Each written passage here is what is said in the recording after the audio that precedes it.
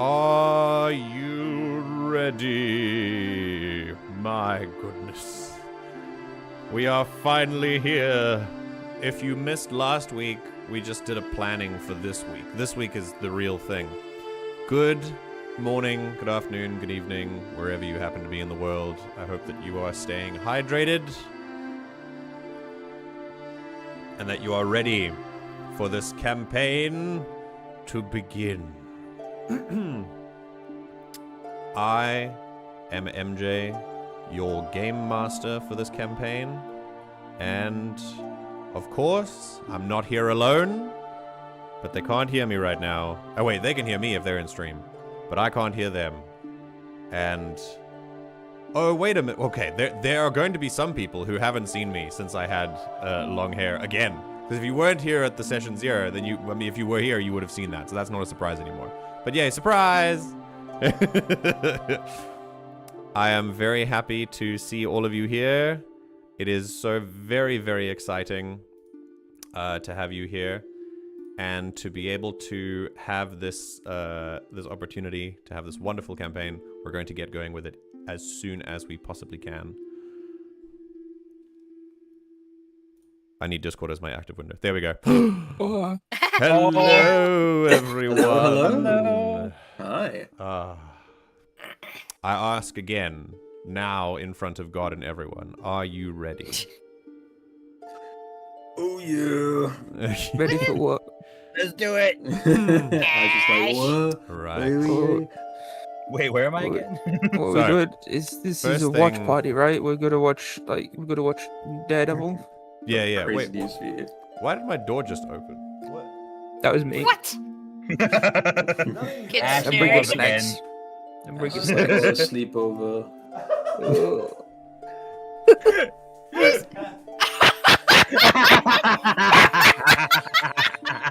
Oh my god! Oh my god!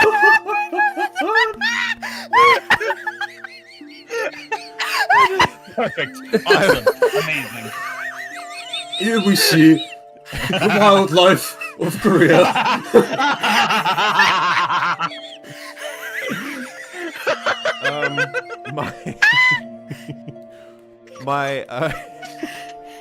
My Floor lovely wife. understands that I am a GM and I like to snack, so she's given me a chocolate bar, which I did ask for, but she's given it to me now. That is Oh god. Oh, love this. Goodness gracious. Well, if anything was an icebreaker, it was going to be that. So Yes. I'll ask us now Beautiful. to sound off. We'll start with alphabetically. Ash, you're fucked every time. Fuck! Right, Ash Change my name to Zash real quick. playing the Fey sorcerer called Cyrta Ventri. Are you here? No. Good. Candy playing the Impling druid known as Ramba Ashfall. Ashfall, are you here? Yes. Very good. Duddles playing the Femme Faum known as Ochros. Are you here? unfortunately. No, we're not Thanks, playing Eeyore. Eeyore. We're playing Ochros. You don't know that. Uh, and Sylv playing the Ale Arranger. Ranger. Wow, that's crazy. A Ranger, Rauna, and her companion Leimu. Are you present? Very, very good. Right, before we begin, I have a few announcements to make. Ah, cool. Even if I open the mini window, Discord freezes, okay? It's fine. Awesome. It's fine. I'll have it like mini open here. Right. So, first thing, there are only two things to talk about today. The two topics that I wanted to bring up before we start. But of course, as always, this is just a regular every stream announcement that will say if you want to figure out all of the music that we use, this track currently playing is from Adrian von Ziegler. If you want to know all of the resources we use, it's always going to be down in the description. And any of the specific stuff that we use for this session is also down in the description as well. So it is yeah, if you're curious, you can go find all of that stuff. Everything is well sourced. Everything has permission. And yeah, all of these resources are very, very helpful. Like I found them hugely helpful. Right. First thing is I've called it token trouble, but it's really I want an opinion. So I ran into issues of uniqueness when choosing tokens. The fact that Eyya has creatures in it that aren't specifically like the creatures that most people make tokens for, and I don't really have the time to make my own tokens. So I've bought a giant library from 2 Minute Tabletop, which has amazing tokens and stuff that we can actually include as part of the species. Like they've got bird folk, they've even got monkey folk. It's great. The token library that we have access to is massive, but for generic NPCs, as much as I want to, it is an absolute nightmare when I want to say, like, let's put a guard here. Is this a man or a woman or something in between? Is this a qual or an ale or a bon bao? Now, as much as I would like to have maximum immersion like that, to place separate tokens for female qual guard, male bon bao archer, ale thief is a nightmare if they're generic, right? Mm-hmm. But sometimes you do just want to have generic guards in place. So I ran into a bit of an issue. Not to mention, you can also change their outfit colors. This whole token thing, like you can make the most unique out of the 8,000 tokens I have. That's not an exaggeration. There are about 8,000 of them. So I will put more effort into individual NPC tokens. But for now, as I figure this out, I've been wondering about a strategy for generic ones that I want to run by you. So right now I have the approach of basically, if the leader of a specific group of generic NPCs is a bon bao, for example, all the generics under them will look like bon bao. But they won't necessarily be all bon bao. That'll just be the consistency of the token. So they'll all have one token to represent what kind of generic the face NPC of their party. Yeah. And tactically that also helps you because you can be like, oh, is this an archer guard? Is this a bladed guard? Okay, this is a bladed guard because they look like this, and they're always going to look like that. Mm-hmm. So there's that. Okay. Yeah. But I had other ideas. The first idea I had is I can make all generic NPCs human to separate them more from the unique NPCs, because we know humans don't exist in Eyya, so we can just place other species onto them in our heads. So that's the first approach. Mm-hmm. The second approach is I can put a random folder for each generic NPC type and fill them with a bunch of different species that match the same look. And then as I place the token on Foundry, you can set it so that it randomly chooses one from that folder. The obvious benefit is that it's the most immersive option, but the drawback for that is tactically you might get confused between this is a guard, this is a mercenary, this is a thief, this is a mage, etc. Mm-hmm. Like, for the purposes of deciding which stat sheet to target first. That could go away, but obviously that is the most, like, immersive option. So what do you guys think would look... I think, really, rather than asking you now before you've seen it, I want you to look at this session and how we do it here. And at the end of the session, I would love if you could tell me, like, whether it works or whether you want to try something else. Gotcha. And that's the first one. Right.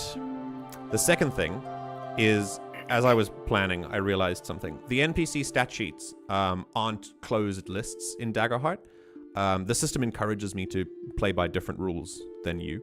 And as I was planning this, I found these sort of generic sheets that they didn't specify what species the people were. The adversary sheets in Daggerheart don't specify what species they are, and they encourage you to use things that would make sense for that species. So I just want to let you know, even though it doesn't exist in the sheet necessarily, I might do something. So, like, for example, if I'm playing a qual like NPC and their stat sheet doesn't mention flight, I'm gonna absolutely be flying around, and there may even be an opportunity for me to, like, mark stress to avoid an attack if I'm flying or whatever. Like, trust that I can follow the fiction normally, but just expect that there will be...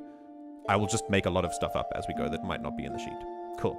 Awesome. Yep. And I mean, you have your abilities on your sheet that you stick to mostly, but even for you guys, of course, in the moment, you can do creative things that aren't necessarily on your sheet. It's just things that make sense. Okay, cool. That's it. Wonderful. Then, finally, I know about Hero Forge Rain. Unfortunately, I know they have a lot of variety. Is there a way to put them on the... Obviously, you put them as like a framed thing. I've just bought 8,000 top-down tokens, which have like the same style for me, so I'm going to use those. But I do recommend Hero Forge as well. They're very varied. At the moment, they can be a little bit expensive, I think that, and their content packs are also like separate, rather than pay once you get access to everything. I think they do have like separate content packs, which is a point against them. But I do love the customization, and the kit bashing ability they have there is like second to none. Honestly, you can make the most unique things ever there. It's a bit of a time sink that I don't have, but maybe for more unique characters, I might do that. Oh, you can top-down perspective. Oh, sick. Okay, cool.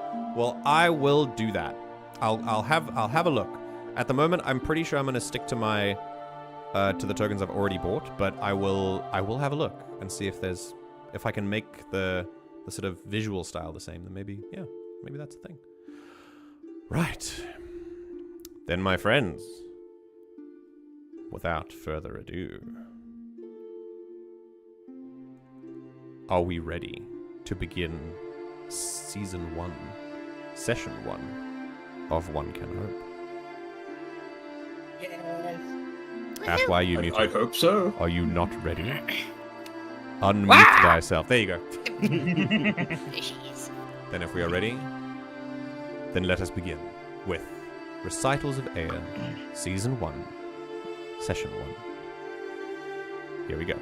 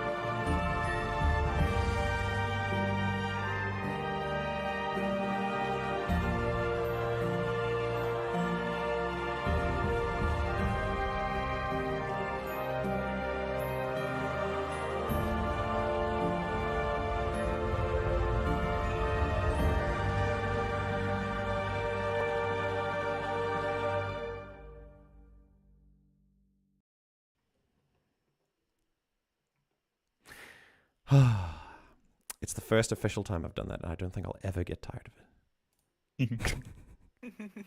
It's so cool. Hell yeah. Let us begin.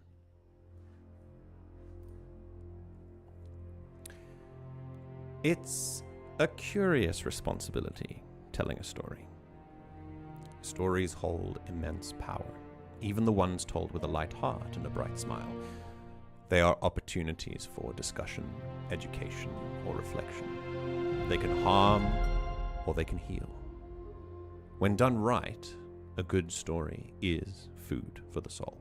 Listeners and tellers all are impacted by the imparting of a story. The duty rests, therefore, with both storyteller and listener to participate wisely. Of the 4 characters that our story will focus on, 3 of them are running from a life they never chose. The other has already chosen a new one. One of them comes from a shore much more distant than is reasonable, wandering forever and alone in the ways that matter most. Another lets curiosity blanket over the deeply planted seed of fear that another will be punished for their own risks. Another runs lost from a home that isn't truly theirs, directionless, scared that they may be as unwanted as they feel. And the last has put their biggest demons to bed and spends their life making amends, creating hope for a new world where others may need it.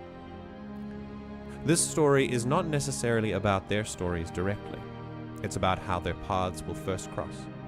It's about the effect they will have, large or small, on a young, growing community and its future, and the effect they will have on each other. It's about what they will learn here in these moments to come. And eventually they will go on and pursue their own stories, together or alone. But they will be different for their time spent here together. The differences may be small, almost imperceptible, but that is the nature of many of the chapters in our lives.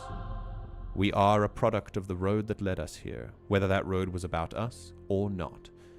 In fact, sometimes it is the greatest measure of our character to walk a path we were not personally motivated to walk, simply because it was the right thing to do. This story, funnily enough, also begins on a road. In the middle of Ketakara's greatest forests, the Greenbelt. Following this road north will lead to the aforementioned young growing community known as Kovaru, a settlement surrounded on all sides by mountains.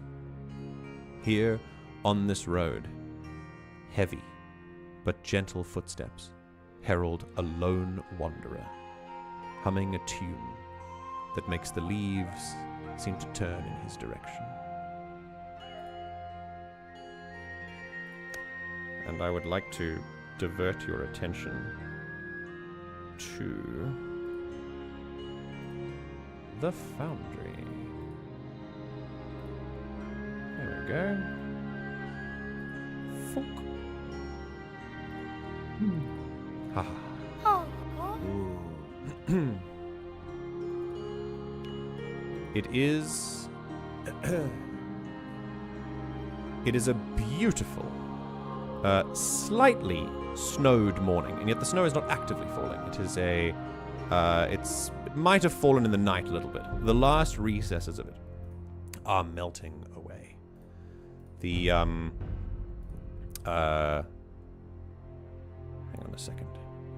It is 1000 cycle 3, the year, the month, kin 26th. It is Little Day. And here, walking this single solitary road that leads and winds its way towards Kovaru, are, as I said, heavy footfalls. Those heavy footfalls belong to someone, and we're going to now talk about who exactly. We'll start with Ochros. As winter makes its way for spring, the further to the edge of the forest you come, the bigger the piles of snow, as the trees break for mountains. But still, green is starting to spring forth. Could you please describe your character, Ochros? How do you protect from the cold, if at all? Well, that's the beautiful thing, MJ, is that this particular traveller of strange origin, in a land that seemingly has little others of his kind, is a large, lumbering, for lack of better term, a mammoth. A large, dark-coated, sort of almost brown, nearing black, but not quite. Like a deep barky color. Yeah.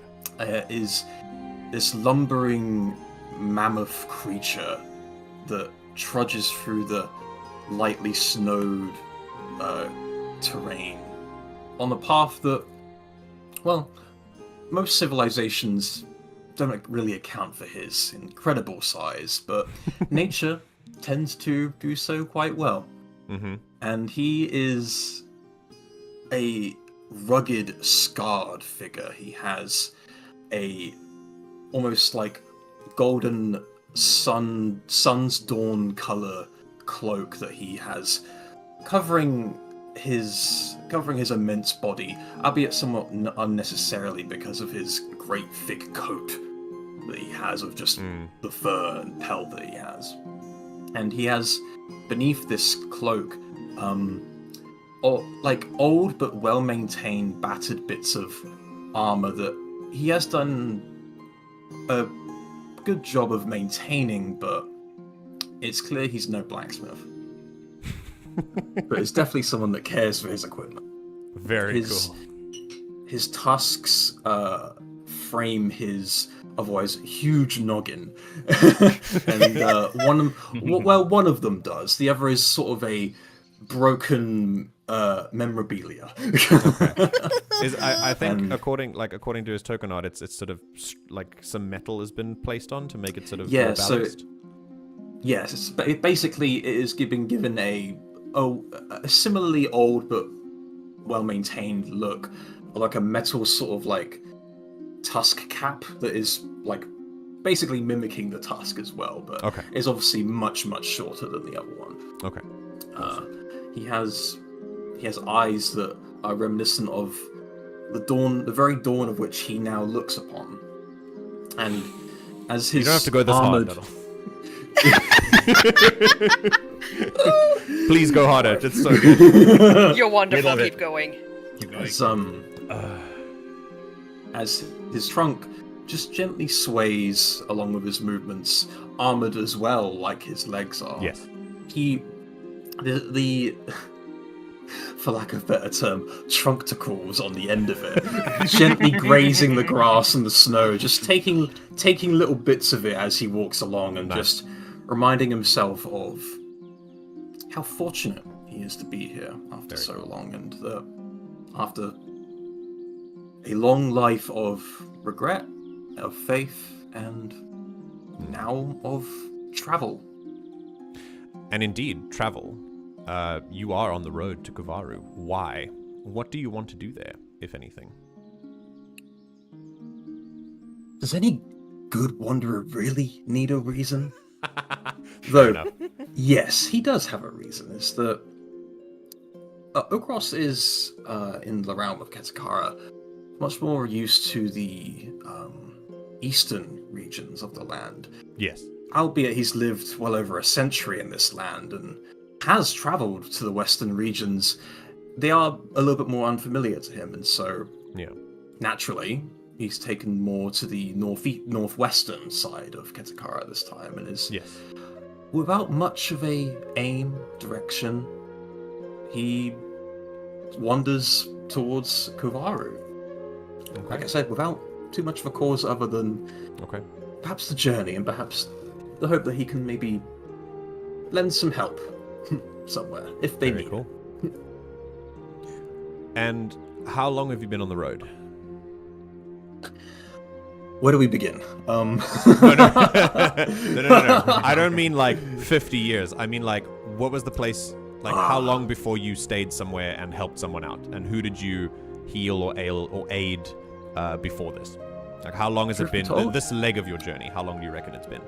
This wonder of him is, I guess you could equate it to a Gandalf. He just kind of wanders between various villages, and it's probably been about a month since he has been in contact with any sort of civilization. He might have seen travelers on the road, but for the most part, he has been enjoying the solitude of nature. Amazing. Okay. Well, Ochros, I actually forgot this, but it's a little bit weirdly timed because this was such a lovely introduction, but I'm going to go ahead and grab 4 fear, because that's how much fear I get at the start of the campaign. Okay. That doesn't mean that your intro was bad. I have a thing.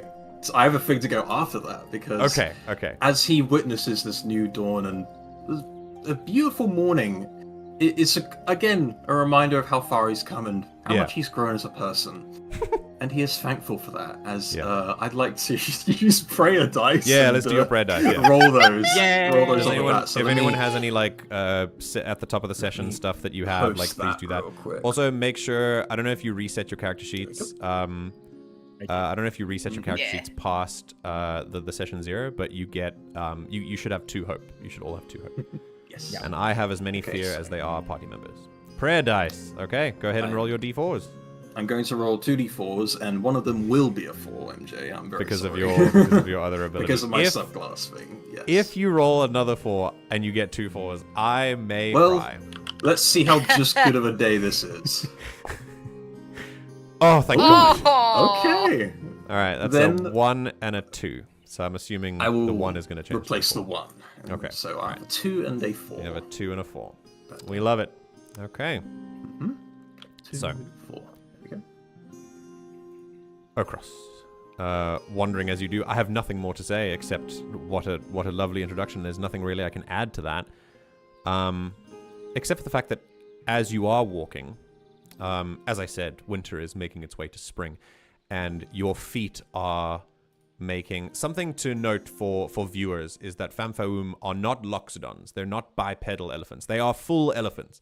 And where they have evolved is not hands and feet and fingers, their trunk has evolved to be the primary mode of fine motor coordination, hence the mention of truncticles.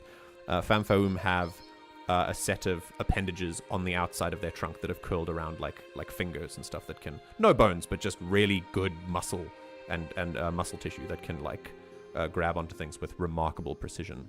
And their ears are slightly prehensile as well. That's for more gross motor skills. Your soft feet find some really satisfying crunch of snow as you move through the path. But of course, as you said, as a mammoth Famfaum, you are not feeling this cold. This is very, very normal for you. In fact, you could do with it being a bit colder. That might be a little more comfortable. Still, I would say that about a minute after this introduction, and as you're looking around and giving a silent prayer to Ayala, really just soaking up the nature around you in this deep forest, as I said, known as the Green Belt, the great forest that spreads across the entire continent of Ketakara, the middle part of it. Your ears, elephantine and incredibly sensitive as they are, give you the opportunity to hear things before anyone else ever hears you, which is a relief because you are not a stealthy individual. This time, you hear something in between your crunches, shuffling a little deeper in the forest, off the track to your left. It sounds a little bit like a... also like snow crunch, but also mixed with leaves. And the very distinct sound of like flowers being picked, which is strange.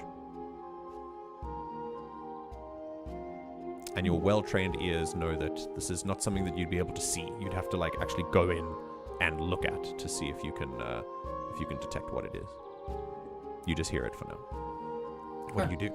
Well, age has not dimmed his curiosity, so he kind of pauses as he travels, and there's like a slight wincing as he realizes, oh, that's a sound that isn't him. He ever so slightly turns in a direction, and like his big golden eyes sort of like do a little bit of a whale eye as he looks around the place for a moment. And his eyesight is not too great, but it is a nice morning and the visibility isn't too bad, I imagine. So I think with a sort of tilt of his head and a little flap of his ears to kind of better get a sense of the direction, I think he'll kind of turn about and head a little bit in that direction towards the sound. You're just gonna walk in, okay? Yeah. And like that, a couple of younger trees need to make way for you as you sort of amble between them. Like, oh, he's very careful. as you make your way through.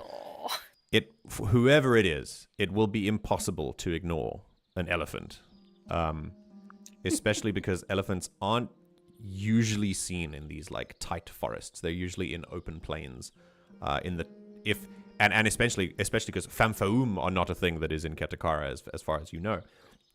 Elephants themselves do exist, but very rarely, and usually they're like wintry elephants up in the tundra or more tropical down in the south. We'll kind of pan from you gently asking the trees to move aside as you step off the forest road and into the greater green belt. And we'll zoom in to see that the individual picking flowers is in fact not an animal looking for something to eat, but another curious individual. And I will ask the giggling one to describe Ramba Ashfall, please. What is she? What is she busy picking flowers? Did I have it right? Oh, you have it so right. What are you doing? And why are you off the beaten track? And what do you look like? Well, at a staggeringly huge 3 feet tall. Incredible. Very light brown fur is shown under green cloak and white dress with some brown overalls over it. Mhm. Her little dewlap at the front is keeping her nice and snug and warm. Yep. She would probably be lost in thought, honestly.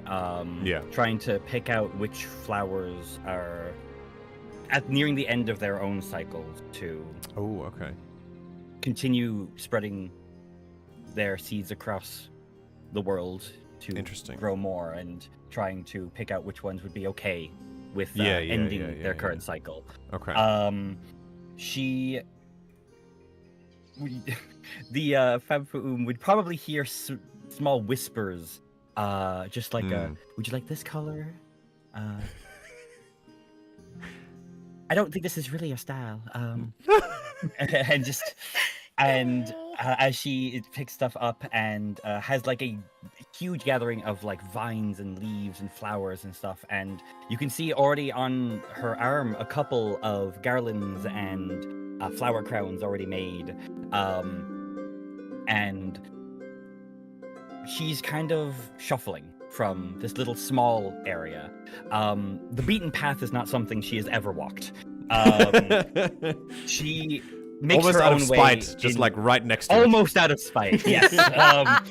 She loves the full nature of a place someone hasn't walked often. Yeah. And so it can typically be found nearby a path, just not on it.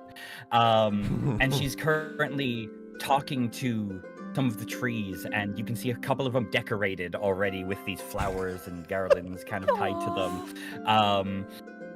And currently, as he approaches, and you would think she would have clued in that someone is there, but she's in her own world right now. I will say, before you notice, I want to pause quickly and ask. Yes. You also, are you even aware that Kovaru is nearby? Like, do you know that it's? Are you going there? No. Do you know? Okay, so you're just randomly walking, and you don't even know.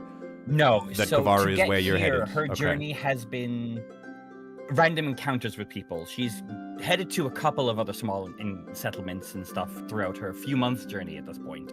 Yeah. To get supplies, restock, get the local news, and just learn what those places have. But she doesn't go anywhere with a purpose. She just picks a direction and goes, mostly. Okay. And that has led her to where she is now. Okay. And so this particular leg, like where you last, if you can imagine when Ramba last slept in a place that wasn't a bed of leaves or a bedroll, like how long have you been on the road for? I would say probably about 3 weeks at this point. Okay. Thankfully, being a druid and all the plants being her friends, she has been able to find ample safe places to sleep and enough companionship with the local wildlife. They don't talk back to her, of course, but she thinks they do. They talk in the ways that count. That's fine. Exactly. And she is just immersed in her own little world, and it honestly would look a little bit strange that she is talking to these trees. And she's saying, complimenting them on how pretty the things she's made them are on them, and saying how they suit each other and such. And it's probably when you're about, like, you're probably like fairly close to her at this point, is when she just like freezes. Yeah, so you'll hear him. You'll hear him way before you see him, and then way before he sees you. So I'll get there. First, I'd like to clarify, as you said. Ramba is an impling that comes from a family of Chifrel. Yes. Chifrel are in Eyya, Chifrel are the rodent species. They look like voles or mice or rats or other sort of rodent type creatures as well. They're very diverse. They can look like a wide variety of creatures. Even rabbits, according to the pressure that Candy put on me to let her play a rabbit as a Chifrel. I asked the question and he didn't say no. And implings, in particular, are slightly more goblinoid versions of the species that birthed them. Now, Ramba, when you hear you are inspecting a fruit that might be poisonous when you hear soft and yet very distinctly heavy footsteps coming from whatever direction, behind you, I think you said. Mm-hmm. And they look like they're far enough away that you can perceive them, but they're not right on top of you. Mm-hmm. You've got pretty good ears. I think it would be a very, like, slow turn. Yeah. And a slow, like, creep behind one of the trees named Susie. Okay, cool. Susie embraces you as you take cover behind her, and your hand pressed up against the bark, just peeking around the tree. Mm-hmm. It almost obscures the light of the morning sun. Every now and then, a huge shadow, about 11, 12, 13 feet tall, just lumbering through the forest. At this point, about 100 feet away, about far range. Mm-hmm. And Susie, you tell me if I was in danger, right? Ochros, the sound has stopped. It was a very hurried move, and then just silence. Well, experience has taught Ochros that when the locals of this realm hear a big thundering footstep sound coming towards them, they don't generally suspect it's a vampire. Yeah. So Ochros makes this approach very noticeable, very slow. Like, you have 2 million years to react to it, basically. So if you want to get out of the way, you have all the opportunity to. And the fact that he doesn't hear any movement is indication that, okay, something's standing its ground and he's ready to go see what it is. It's as you get closer, Ochros, that you hear something that was doing... I actually want you to make me a roll, please. First roll. I'm going to ask you to make me an instinct roll, please. Okay. Is this like... just like, what's the... like, This is for detection. It's to kind of... Hearing Ramba was easy, but hearing this thing that is trying to stay undetected is less easy. So this is going to be a roll. Okay, cool. I think at this point I'll make it an active roll that can generate hope or fear, but I'm wondering if I should make it a reaction roll in future. I'll think about it. For now, just go ahead and make your roll. Alright, let's roll.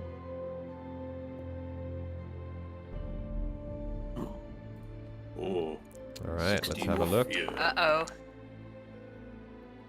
Oh, that was nearly a crit. I flipped that over in my mind. A 6 and a 9. Okay. Haha, funny number for the first roll. Yay. Yippee. Okay. A 16 with fear. I'm going to pick up a fear that I'm going to immediately spend. As I said, your ears picked up Ramba with no problems. But the other thing they pick up is something a little less frolicky, a little more purposeful, with a little more conviction in its slow footsteps. And you realize, with a sinking feeling, that the little creature that has stopped moving, and then your trunk kind of inhales air, and you realize that you detect the scent of another creature. A creature very unmistakably for your experience in the wild. A bear. Gasp. And I'm going to ask...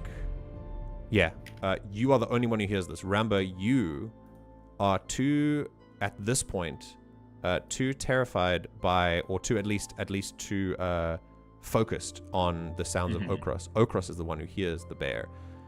And Ochros, you also determine with your ears that it is closer to the other smaller creature than it is than they are to you. What do you do? Now, you still don't see Ramba yet. Okay. But presuming she hasn't moved from then being no other sound from her direction. Yes. Well, actually, he can't hear Ramba, but he can still hear that other creature. And I think... I think he is... at his core, unfortunately, a man of action. So,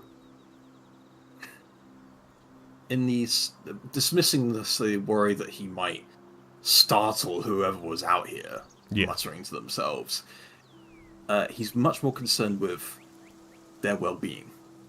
So I think he's actually going to start picking up speed towards that sound, like he's building up speed. Because of the direction of the bear, to Ramba, this looks like, as you peek around the tree, this looks like it's coming directly towards you. Like, almost like it's about to charge. And as it gets a little bit closer, you see trunk, tusk, and then, for some reason, armor, clothing, an armored elephant. And I don't think you've even seen an elephant in real life before. No. But maybe you've heard stories. It's up to you whether you've heard of an elephant or not. But either way, if you haven't, then an elephant, out of only stories, trumpets its way out of the bush and immediately runs seemingly towards you. And how do you react to this? Do I just a question? Do I see Ramba? I would. That's up to Ramba. Are you trying to stay hidden? You're trying to stay hidden specifically, right? I hid her behind a tree and stuff, but like her head's peeking out. So like I think if you get close enough, you can kind of see the outline. I think once he's close enough, he can definitely see her because she's not like hiding back behind the tree. She's like actively watching this because while she is also like at this point sees this huge creature charging her, she's also too curious for her own good and doesn't want to look away from it because she doesn't want to miss this. I think in just pure instinct at this point, as this thing is coming at her, she doesn't know anything else is in the general vicinity. She's gonna step out from behind the tree and just goes, "I'm not a threat. I promise." The creature keeps coming. Ochros, you now see Ramba like fully just hands up going, "Ah!" And she's very small. So there's a bit of there's two reactions to this. One, oh great, it's a person. I need to remember to be a person again. Two, oh no, this person's in danger. Yes, and it is at that exact moment that the bear is going to take the spotlight. And and is going to take its moment to pounce because it hasn't quite realized that there's an elephant bearing down on it yet. And you, Ramba, you feel this prickling on the back of your neck, as there is just this, and hang on, I think I have this. Wait a minute, can I get need to make that slightly softer. Oh my god, YouTube volume. There you go. And I also need to... Oh, there was a bear. There's a bear thing here. Where's the bear? Wait a minute. There we go. Behind me. Oh. Yeah, a bear growl. The stock bear noises. Oh, yes, wonderful. we love it. Yeah. Right. Ramba just goes, balls. All right, the bear is going to make it's just going to run right outside. Now, bears are surprisingly stealthy when they're hunting. And and this particular bear is going to use a claw attack on you, Ramba. And I'm going to spend a fear to use its ambusher its ambusher experience, and we're going to see. Okay, here we go. Fook. Oh, that's a terrible roll. Missed. That is an 8. The bear pounces. How do you get out of the way? I have an idea. I have an idea, if you may. Go on. So, Ochros, in his build-up of speed, glimpsing the bear rushing towards her, and seeing that she is in fact in imminent danger, is going to call out, "Behind you!" And take it away. The voice goes crazy. Yeah. Yeah. I think with the sound and just like her instincts and then just the further confirmation that she is in imminent danger. Yeah. She just like jumps. Yeah. Like to the side, like diagonally out of the way. Kind of like further to the left past the tree that she was hiding behind. And, Right. and like turns as she does it, and then sees the bear as it just misses her. Okay. The bear, with its momentum, it was aiming to pummel you to the ground and make the kill very quick. And as you duck out of the way, its momentum carries it forward to slide into the ground and get a little bit closer now to Ochros. Ochros and the bear, I'd say, are now within about close range. So you're about within 30 feet of each other. Meanwhile, the bear is absolutely in melee range of Ramba. But the spotlight moves to you guys. What would you like to do? I can come and get in its face if you want. I think that would be helpful. Okay.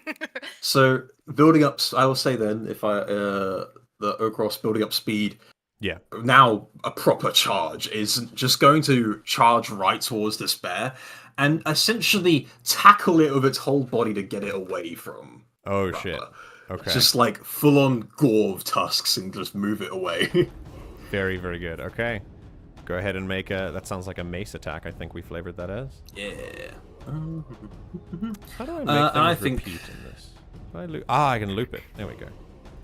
I think in the effort of standing in defense of Ramba and making sure this thing at least is scared away or doesn't hurt anyone else, can I utilize my experience of veteran of the Long War to protect others? Sure, I'd say that standing in the middle and go for it. Yeah. Okay. So let me roll. Bum, bum, bum, bum. Okay, here we go. Spend a hope. Okay. Oh, let's Oh, go. Oh my goodness gracious! My God. That is a success with hope. Go ahead and make a damage roll, please. All right. Ooh. Oh, Nice. Incredible. 7 physical damage. That is a minor wound. This is a beefy bear. Your tusks kind of carry the bear up a little bit, and with mighty strength, you flip it over, which makes it freak out enough for it to kind of bruise itself on the back and then immediately just flip around and like that's never happened before. Now that you can see it in the open, you actually knock it back to about very close range of both of you. It kind of looks now between one and the other, and in a moment it rises up onto its hind legs in a threatening maneuver and just goes and you can see that this is a gigantic grizzly bear. It's not a like this must be either very old or just definitely ate their greens, because it's a really, really big bear. However, as it raises up on its haunches, Ramba, you are familiar enough with plants and animals to notice malnutrition when you see it. This is a hungry bear. And it's at this point that I'm going to make a very quick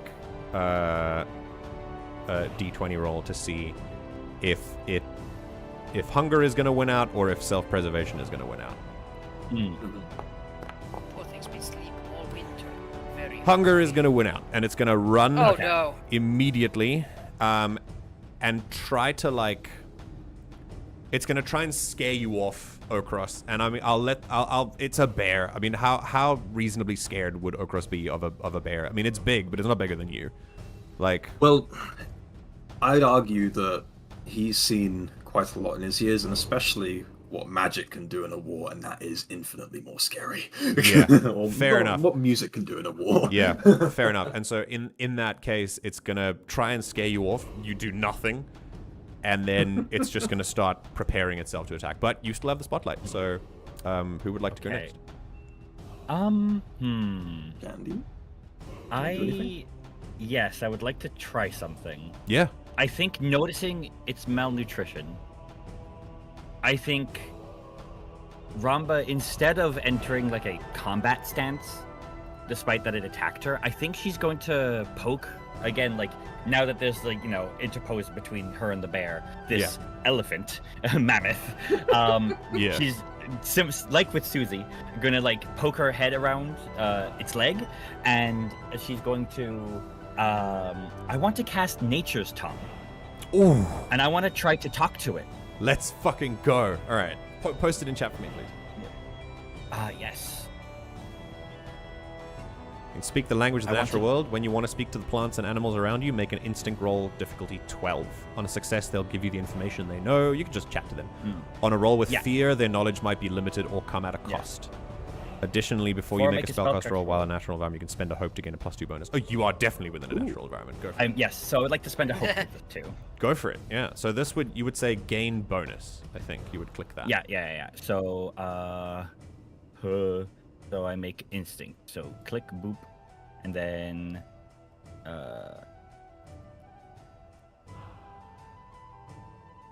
where's the gain bonus?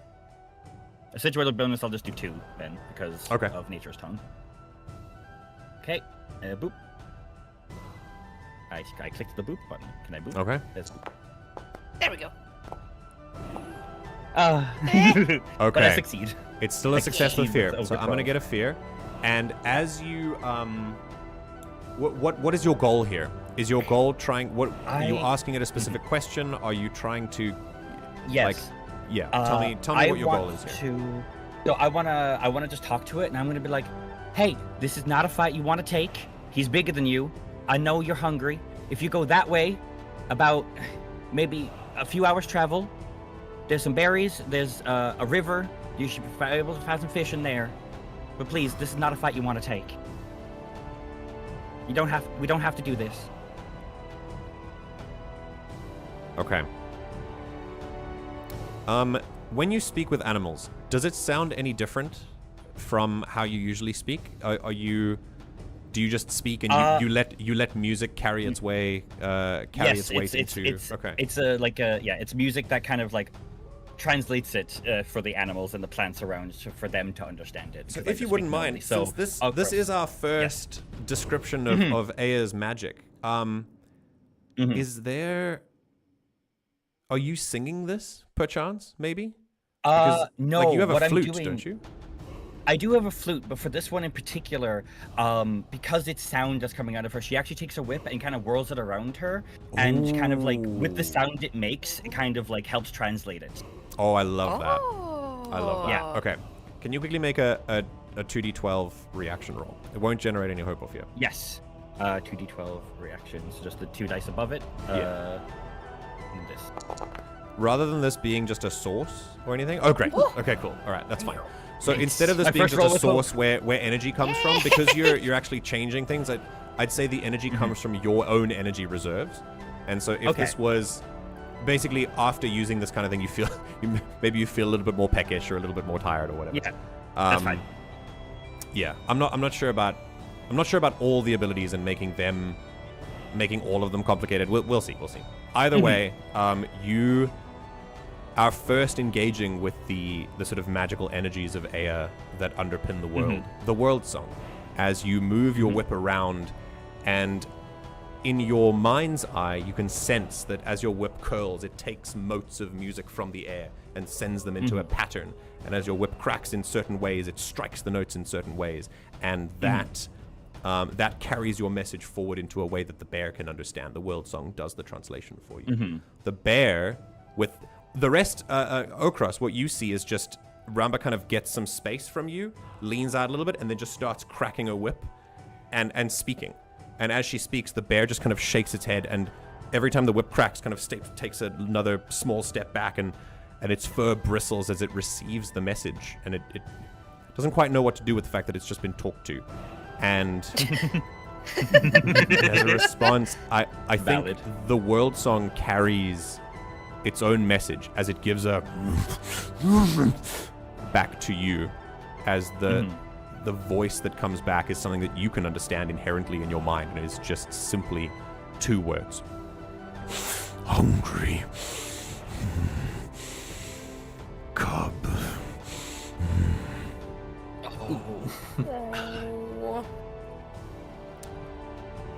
Watching this entire interaction, I'm not going to undermine this because it was a success. The bear doesn't look like it's going to come forward immediately. You have a little bit more of a moment. And watching this interaction, in the middle of this attack, perhaps perched on a tree at far range, perhaps with a bow in her hands, and at the base of a tree, perhaps a friend waiting for an order. Rauna, could you please describe your character? Yes. Not really fading into the forest unless you're red-green colorblind, is a red Aelor, a bipedal, fawn-like creature, large antlers sweeping off of her head, like more to the sides than behind her, over her shoulders. She wears clothing like felted, warm, layered wool in greens, browns, some reddish brick, like all like natural colors. Easy to find as dyes. She is geared for this, geared for being out in the cold, geared for being in the forest. Yeah. And yeah, indeed, bowstrung. Arrow knocked, but it's not drawn Yeah. fully yet. Not ready to fire. She has it aimed towards the bear. Okay. But now noticing that there is like a little like hesitation there. I'm going to give you a little bit of context for why you're here. Yeah. I'm going to ask you, obviously, why you're here in Kovaru. But first, for this to work, you were hired by the innkeeper of an inn just on the edge of Kovaru, which is about an hour or two away from here on the path. They wanted you to take care of this bear. The bear moved in before winter set in a few months ago into a cave too close to the inn and the road, and it became a danger for travelers and the inn workers. The innkeeper will pay you, basically, a bag of coin to take care of the bear. There is a sort of verbal agreement that you will spend this money in Kovaru, and that is why the innkeeper gave an outsider the job. Kovaru is a new and growing community. It needs some money to kind of get trade flowing and keep the people taken care of in a growing settlement. And so they're hoping that you will use this money once you're inside. Prevailing Kovaru custom is to not kill the bear if you can help it, but defend yourself if necessary and drive it away if you can. And so you were hired for that. So I will ask you, before we go back to this bear, how long have you been on the road on this particular leg of the journey, and why have you come to Kovaru, if there's any reason at all? How long she's been traveling currently has probably been ever since snows melted enough and the weather got warm enough to travel comfortably for her. Oh, wow. So only maybe a week then, if a couple days. Okay, cool. Yeah. All or right. however long it's taken to come from the nearest settlement where she could have wintered. The depths of the forest, the green belt, keeps winter from being too extreme inside the forest. But still, obviously, if you are if you're a hunter, all the animals are going to be sleeping as well. So Yeah. Okay. It's really difficult to find supplies, so that's probably why she's heading more towards this settlement, with a definite aim that she wants to find a settlement because supplies. Okay. And how do you intervene here at all? Are you simply watching this moment? Are you planning on intruding at all, on making your presence known? What's going on? Yeah, she doesn't know fully what's happening, so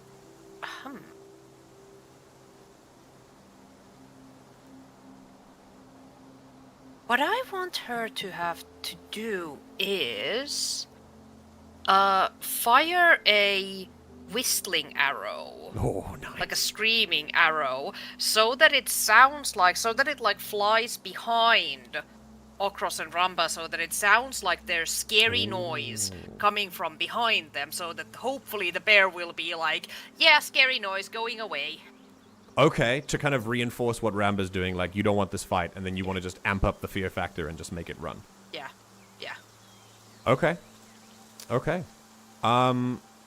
I don't think you need to roll for this. I mean, you're shooting at the ground, so it's fine. You pull an arrow out. It's been fitted with like little air holes to make it whistle, and you... And it makes this sort of whee kind of whistling sound that, not quite so joyful as it thunks into the ground behind Ochros and Ramba that startles both of you probably, since you didn't hear it coming. You just hear this whistling coming from the left and just this arrow thunks into a sort of jutting out branch or like a tree or something next to the ground. And I will say, combined with what Ramba did, that is what the bear needs. And for now, its fear takes over, and it does not see this as a fight that it can win, and sense wins out, and it runs. It turns and flees into the woods, away, back in the direction that it came. Not in the direction that Ramba was pointing, but rather back towards, well, like I said, its point of origin. That's the wrong way. What I was gonna say is, seeing the bear take off and followed shortly before by the arrow funking into the ground that basically screams its approach. Ochros is initially like, "Oh, great, bandits now as well." But considering he's such a big target and so used to being pincushion by arrows, if they wanted to hit him, they could have. So he clocks quickly that the bear was scared by that, and he kind of like, there's like a whole body bristling for a moment as he kind of like settles, and then like looks to where the arrow came from roughly, and then looks down slowly towards Ramba, who is a 3 foot to his 14 or so feet. And he will simply say, "Salutations, little one. Are you all right?" I think Ramba, with like seeing the bear run off in the wrong direction, she's like her hands on her hips, and she's like, "Fuck," just like exasperated a little bit. And then the giant mammoth speaks to her. And I think she like jumps a little bit, just like looks up at you. Oh, does it once over? Yeah, thank you for the warning. You're huge. You knew that. What are you? It's like a gentle flutter of his eyes as he closes them for just a moment as he has to repeat this for the umpteenth trillion time. But he's ever patient. And he just slowly looks down at her, and like again, there's just like a bristle again, like from the exertion of just running so suddenly. And he'll just say, "Well, steady now. That was quite an ordeal. I'm sorry you had to," he pauses, "bear witness to." My God. Oh, jokester, okay. Not frequently. There is a disappointing amount of silence in response to this. I need there to be riots immediately.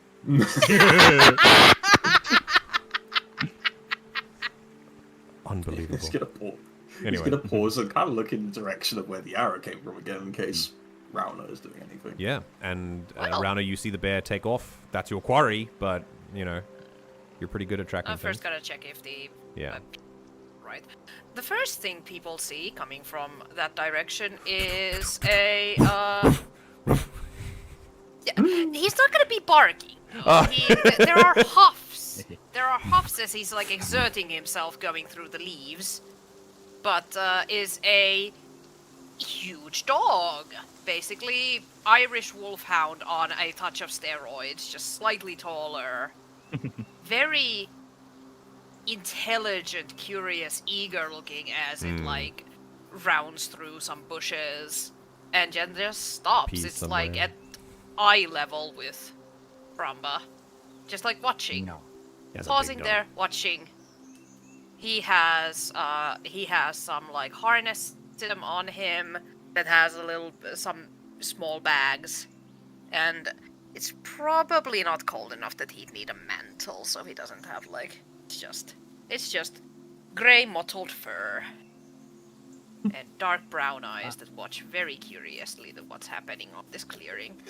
Candy. Would there be a Yeah. Would there be a moment of recognition for Ramba? Highly likely. It's been a while, but the dog is like not many dogs with harnesses that are that big, and also like not from here. Like, this isn't a breed you see in Kitakara. Yeah. I have the perfect thing for you to follow up on as Ochros looks at this dog arriving, and it's just a little bit of a like quickly readied stun, but it's doesn't seem to be attacking. It also seems to be sort of like, I guess, quote unquote domestic. And he kind of pauses, looks down at the dog, and then looks over to Ramba and goes, "I trust that is not yours." No, but wait. No, it can't. Don't tell me. And like Ramba's now like looking around for Rauna.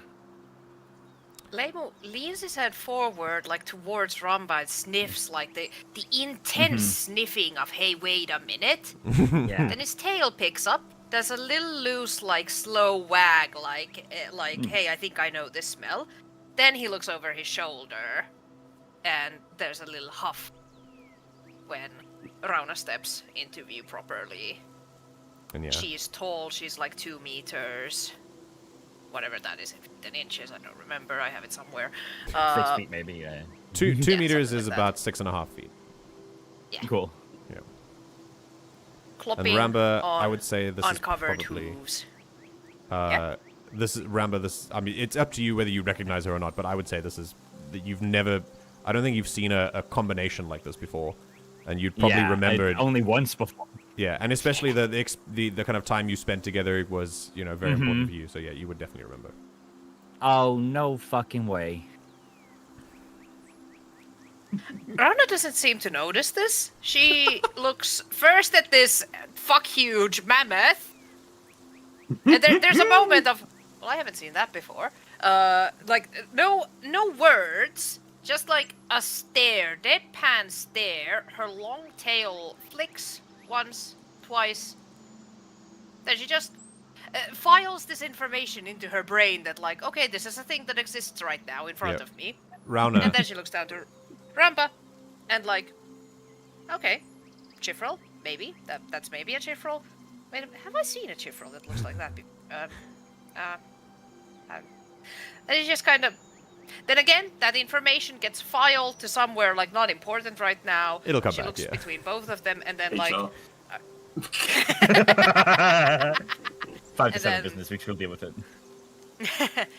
And then she puts her hand on Leimu's shoulder and just asks, very calm, "Are either of you injured? Better get to you." No, we're fine. Ochros will follow that up by saying, "Seems the worst of the situations has been prevented, thankfully." Rauna, you have seen Fanfoam before. Yes, she They has. do But exist not mammoths. elsewhere in the world, but never a mammoth. This is a different. Yes. You can tell that's what he is, but you've never seen a mammoth Fanfoam before. Yeah. And you've never seen one. I don't even think you've seen elephants in Kitakara before. So this is very rare, and it Yes. might make you wonder, maybe, whether he came willingly from somewhere else. Because obviously that's something that I think your mind would go to as well if you saw something that was kind of out of place in a country like. Yeah, doesn't belong. Yeah. As someone who can Ooh, also I'm a cross ranger? like you can. Yeah. Is this another ranger? All right. What I'll say is that Ochros kind of stood between these two parties, very slowly like backs up, and like to enough where like they can all like see each other properly. And he gives her like one last little huff of kind of relief that like, okay, moment's over, we're done. And he looks then to Ramba, who asked the earlier question. "I apologize for the scare. I did not know the best way to act, so I simply acted in your defense. I smelled the bear as it was prowling up on you." It's fine, thank you. I appreciate it. I was in my own little world, to be honest. I could tell. I think Ramba is just like keeps looking at Rauna, just like, no, nothing at all. Nope, nothing. Zero reaction. I think this she starts patting her foot on the ground, just like in the snow, just crunch, very quickly. Completely oblivious to this, Ochros fills in this awkward silence by just addressing Ramba one more time and just saying, I am relieved to see that you are unscathed, my dear. And then he looks across to the new stranger. And who might you be?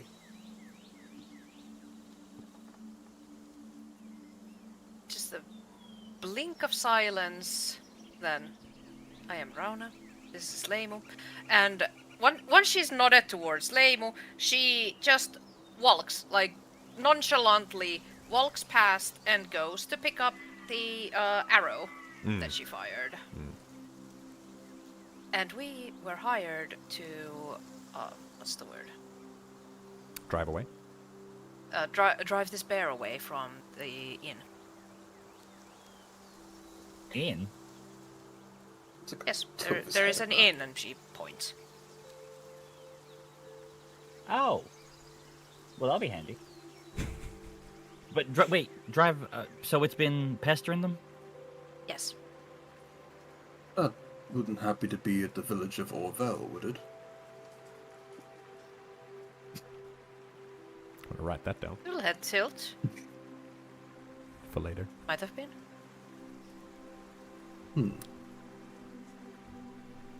It's kind of consideration is he might have passed through that on the way here.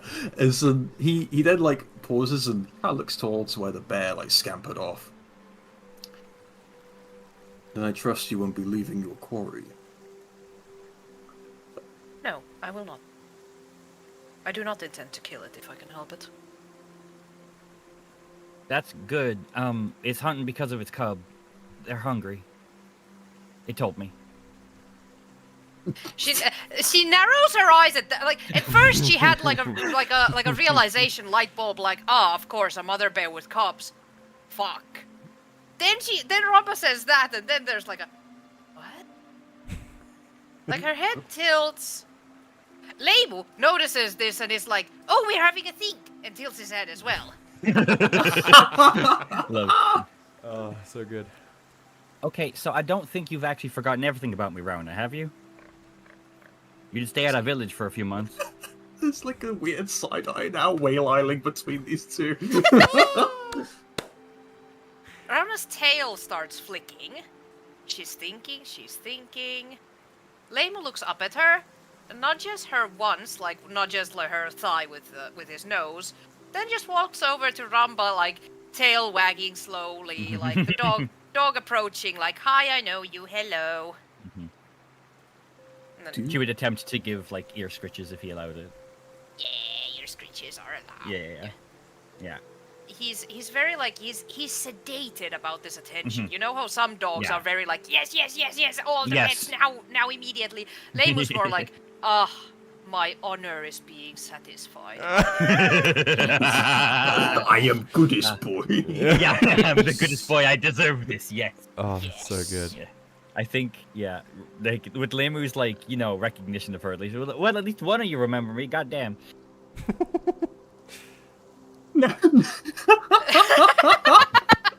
Rauna does say that I do think he has the better memory of us. Apologies, I seem to have completely. Don't worry, it's not like my feelings are hurt and I'll never mentally recover from this. Ever so slowly between the two, just this massive noggin slowly leans forward and just looks between them and goes, "Do you two need a moment?" Yeah. No, it's fine. I guess for both of you then. Hi, I'm Ramba, Ashfall. Nice druid. I do magic shit. Nature, fun.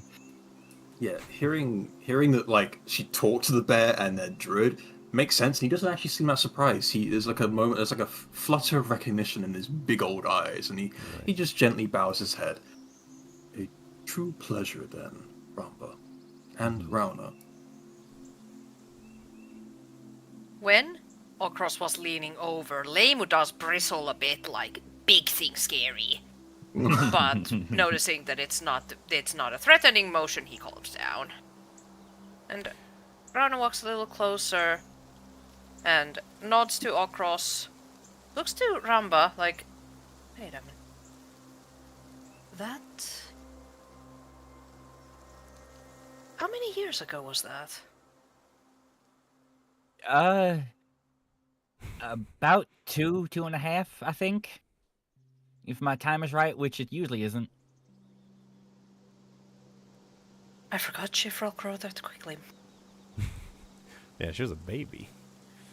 Yeah, we're tiny. And I'm still tiny, but less tiny.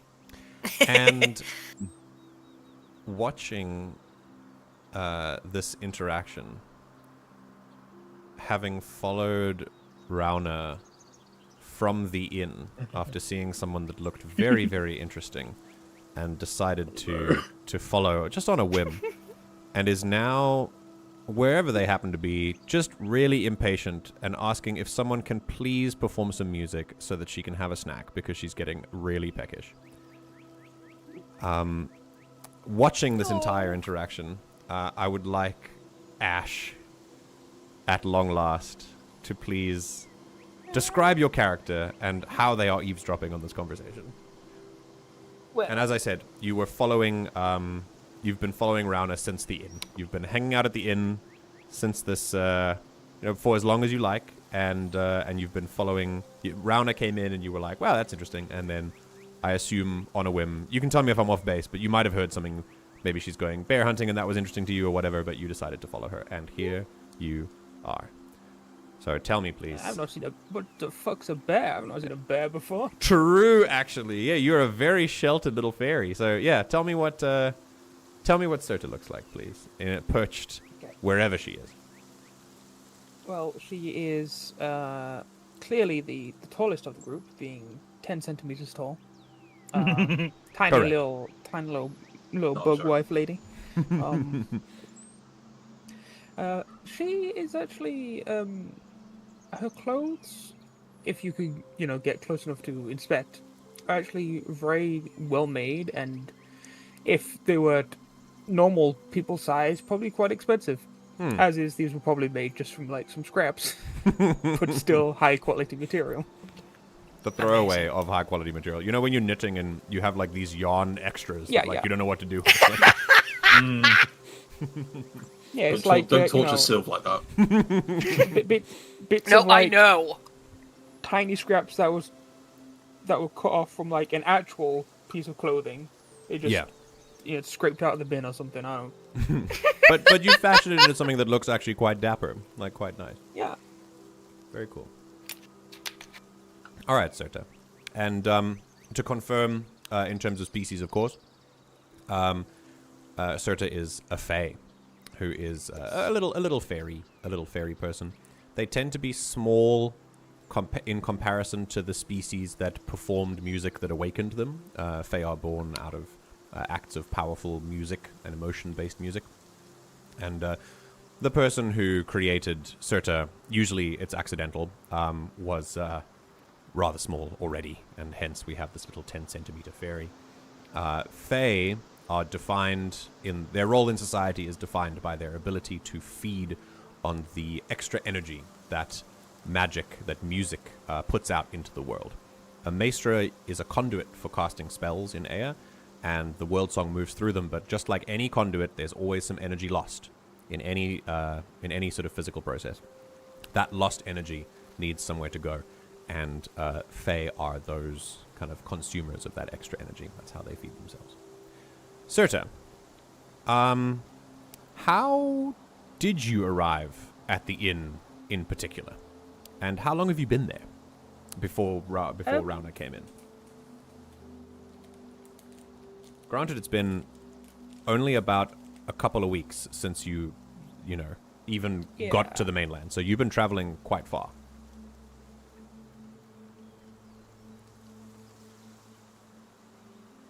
I think the inn might have just been the first piece of civilization she found since getting to the mainland. Oh, wow. Okay. Okay. So she just kind of, moved in, just like living in the rafters, maybe a little hole in the like crawl space. It's possible that the first area you made it through may have had some kind of restriction on music, which would have meant that you need food, and if there's a restriction on music, you got to keep moving because you're not going to get any. So this might have been the first place you came to that actually did that. Maybe. I'm just spitballing though. Well, she would have first come to a port town, but she probably was still in I just want to get away and just kept going. Yeah. And then this being the next place, she just probably very hungry. Just was like, oh, thank you. Oh. Just sneakily feeding from Maestro and the rooftops of the tavern. Just. And, one thing leads to another, and she might have just not left. Maybe she was like, too worried to after she like calmed down, gathered herself, like, oh fuck. Yeah. Sure. Okay.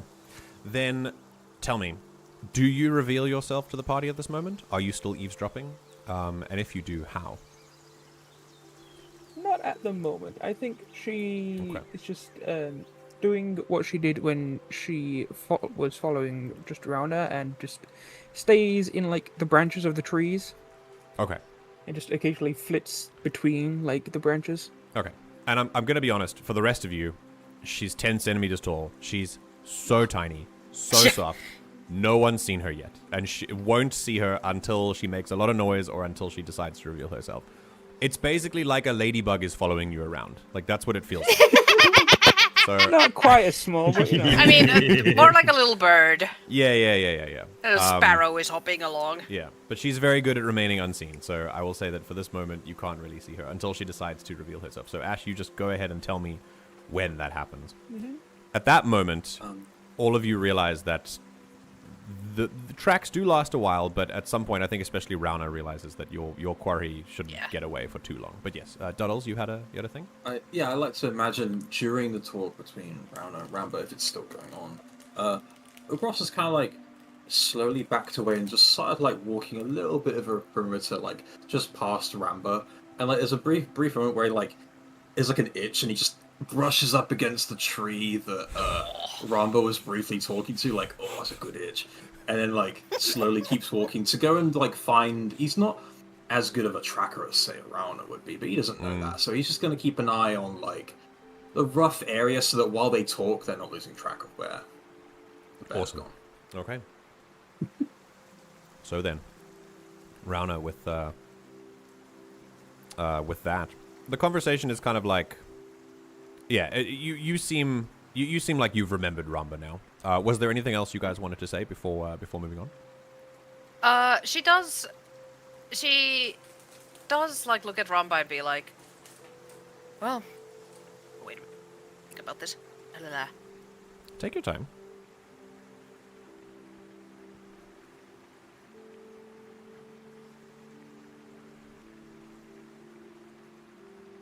Very quickly, right back. Sure. Okay. This is the intro, so you're good. You know, we're still figuring out the game.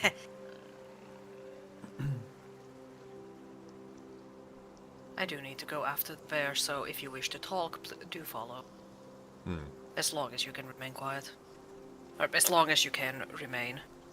As long as you can behave on a hunt, or something like that. Something to that effect. Yeah. All right. Yeah.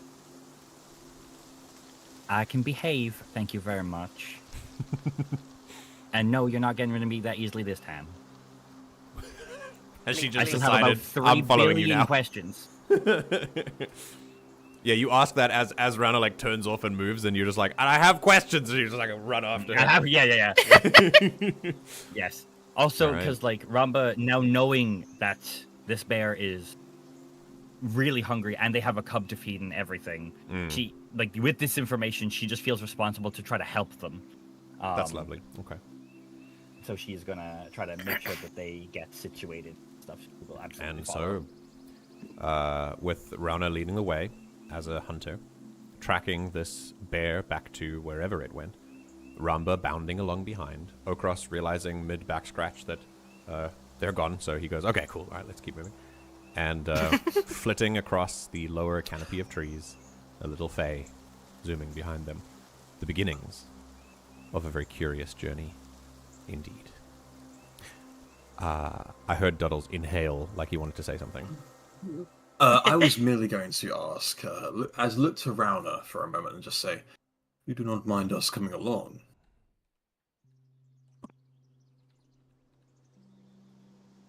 As long as you will not be a hindrance on the task. That depends what you consider a hindrance. I am not exactly subtle.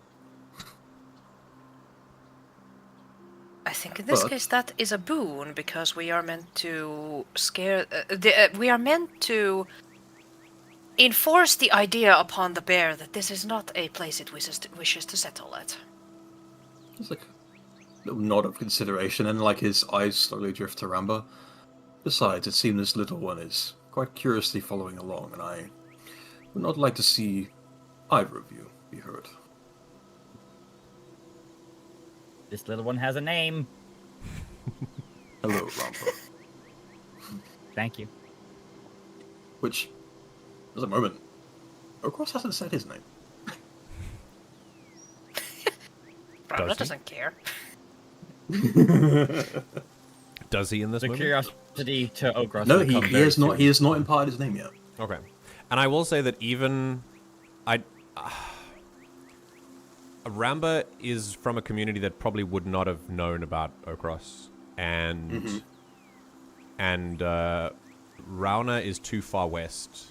Maybe she might have heard, but it's been such a long time. It's like ancient stuff. Like, yeah, I think they're just from the wrong regions. And she doesn't care about history and shit. Fair enough. Knowledge was the dump But step. he doesn't. Yes! He's just. He doesn't seem to like. It's kind of a common practice for him, I think, just to be this strange wanderer who doesn't really tell much about himself, but he is always there to help. Okay. Don't worry. Again, like a Gandalf. And as You will be this pestered. curious temporary group moves through to go find this bear, driven by a sense of both curiosity and wanting to help and obligation, we're going to take a small break. So, thanks for sticking with us this far. Slightly later than usual break, but as I said, this is the intro, so we're still kind of finding our feet on it and figuring out. The characters need time to breathe, and so that's what I've done. So we're going to take a small break, and we're going to be back in about. Is 5 minutes too short? Do you guys want longer?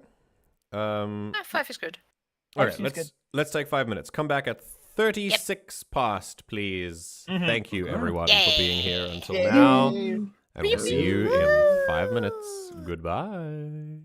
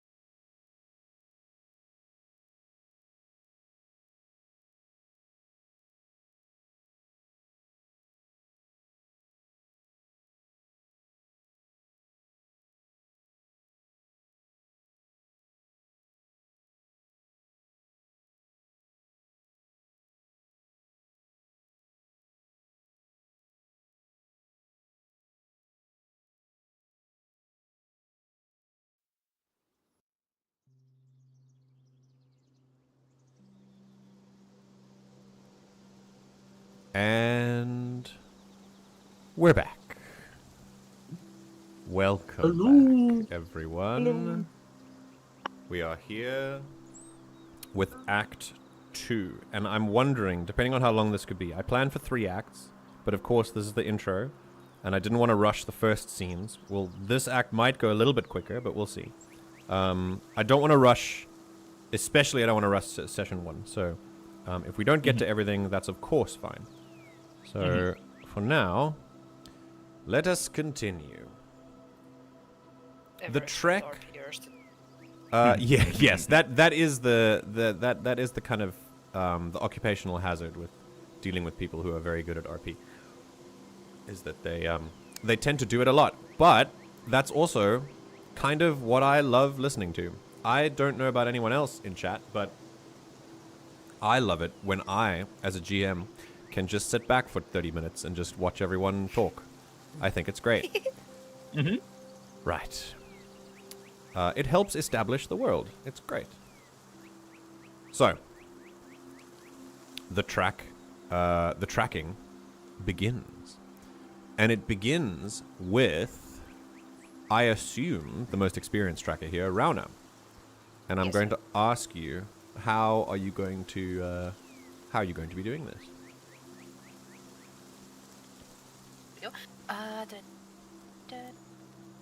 I think there's a particular feature you have for this. Yes, I can see, I can hear you are poking towards it. Visually, storytelling-wise, it is mostly gonna be Leimu in front, sniffing, Cool. catching scent, following. But, yes, highly likely this will be the thing that is used. How did this go? Gifted tracker. When you're tracking a specific creature or group of creatures based on signs of their passage, you can spend any number of hope and ask the GM that many questions from the following list. And then when you encounter creatures you've tracked in this way, you gain a +1 bonus to your evasion against them. Cool. Okay. The following questions on the list. What direction? Now, the thing is, I know three of those. The Yes. direction I saw at the start, but not the first one, but not the later ones. So it would be sensible for me to use one hope and use the direction that they go. There you go. I don't think Very you good. use more than one, yeah. Yeah. Yeah. So one hope used. Okay. If I click ask questions, what happens? Because I just click the click the hope. I don't think it will automatically spend the hope for you, so it doesn't matter. It's fine. Okay. I click the hope of what direction did the bear go? Or The keep bear- going once it took off. Now, this area of the forest ends up being on a slope quite quickly, and it appears that the bear has gone upwards. As you kind of, Rauna, you knew this as you came down the road from the inn backwards from Kuvaru. Kuvaru is a land nestled in a mountain range, and so you kind of have to go up and around. You never actually entered Kuvaru, you just entered the inn that's like before it, but even so, that inn is close to the top of of the sort of entry mountain range. So you have to come back down to reach where Ochros was. The bear is going back up, just deeper in the Greenbelt forest. It's going back up towards the mountains, which implies to you that it must have a cave somewhere, which is, of course, makes sense to what the innkeeper told you, that the bear occupied a cave near here that was since unoccupied. It's only been here for this winter. And why it came here, they aren't sure. But yeah, you know that it's very likely that it has gone back to its cave. So we'll keep on heading up and looking for a cave. Okay. I'm not going to make you roll for this because you used Gifted Tracker for it, and you will have your +1 bonus to evasion against the bear, whatever it manages to do. But it doesn't take very long. It's probably about 10 to 15 minutes of tracking before through the forest before you arrive at a place that can only really be described as a hole in the mountainside, naturally formed just a kind of... Now, I wonder if I... No, that was the other one. Yeah, no, it's fine.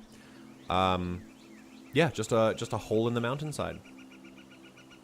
The trees... Are there bear tracks leading to that hole? Absolutely. There have been bear tracks the whole way. The bear was not subtle about leaving for the cave. And it kind of... The beeline that it took there kind of made you feel like it might have been concerned for how long it had been away from the cave and it needed to go and check. And that corroborates with the story of the cub. And as the... which implies that it might have been out hunting all night. As you reach the cave, the trees kind of disappear a little bit, and again, yeah, you reach this kind of region close to the cave, and you notice a distinct lack of like regular regular meat products that bears would usually eat. Unsure why they aren't there, but there appears to be like a distinct shortage. The tracks lead directly into the cave. And I would say that Ochros hears shuffling from inside the cave. And a very faint kind of... like a bleating of a bear cub from inside. Oh, baby. And you stand at about very far range, about 100 feet away from this cave, kind of using trees for just natural cover to lean against or whatever. And that's it. It's just this hole of blackness into the side of the mountain. As I said, as you move up to where the bear tracks go in, the trees kind of part slightly, and there are fewer trees there. The part of the mountain face itself that you're on is a sort of sheer plateau that then leads up to more trees and then more mountain beyond you. So this is just kind of a little lip in the forest that the cave is in. And I would say this cave is probably just big enough for a squeeze for Ochros. So, as you arrive, what is it you'd like to do? If I may, I'd like to, as we gathered, a short distance from the cave, I believe. So he's going. I imagine Ramba and Rauna are kind of moving through undergrowth. They're not the most subtle. I imagine because of the colors of everyone. Yeah. But Ochros is just shadowing massively behind them and ruining any chance at stealth. But he has the advantage of his ears, which gently flap and curl a little bit, and he'll say to Rauna quietly, "It sounds as though the cub is within, but I'm not sure if the mother is." She pauses and sighs, her tail flicking restlessly. She looks to the cave, and again, my wording is very difficult. I am very bad at dialogue. No. Practice makes perfect.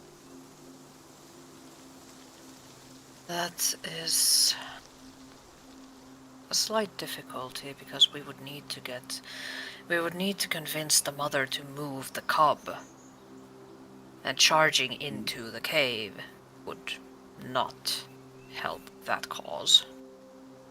It would be wise to not interfere with their lives as much as possible, but getting them to locate is the goal, I understand. Yes.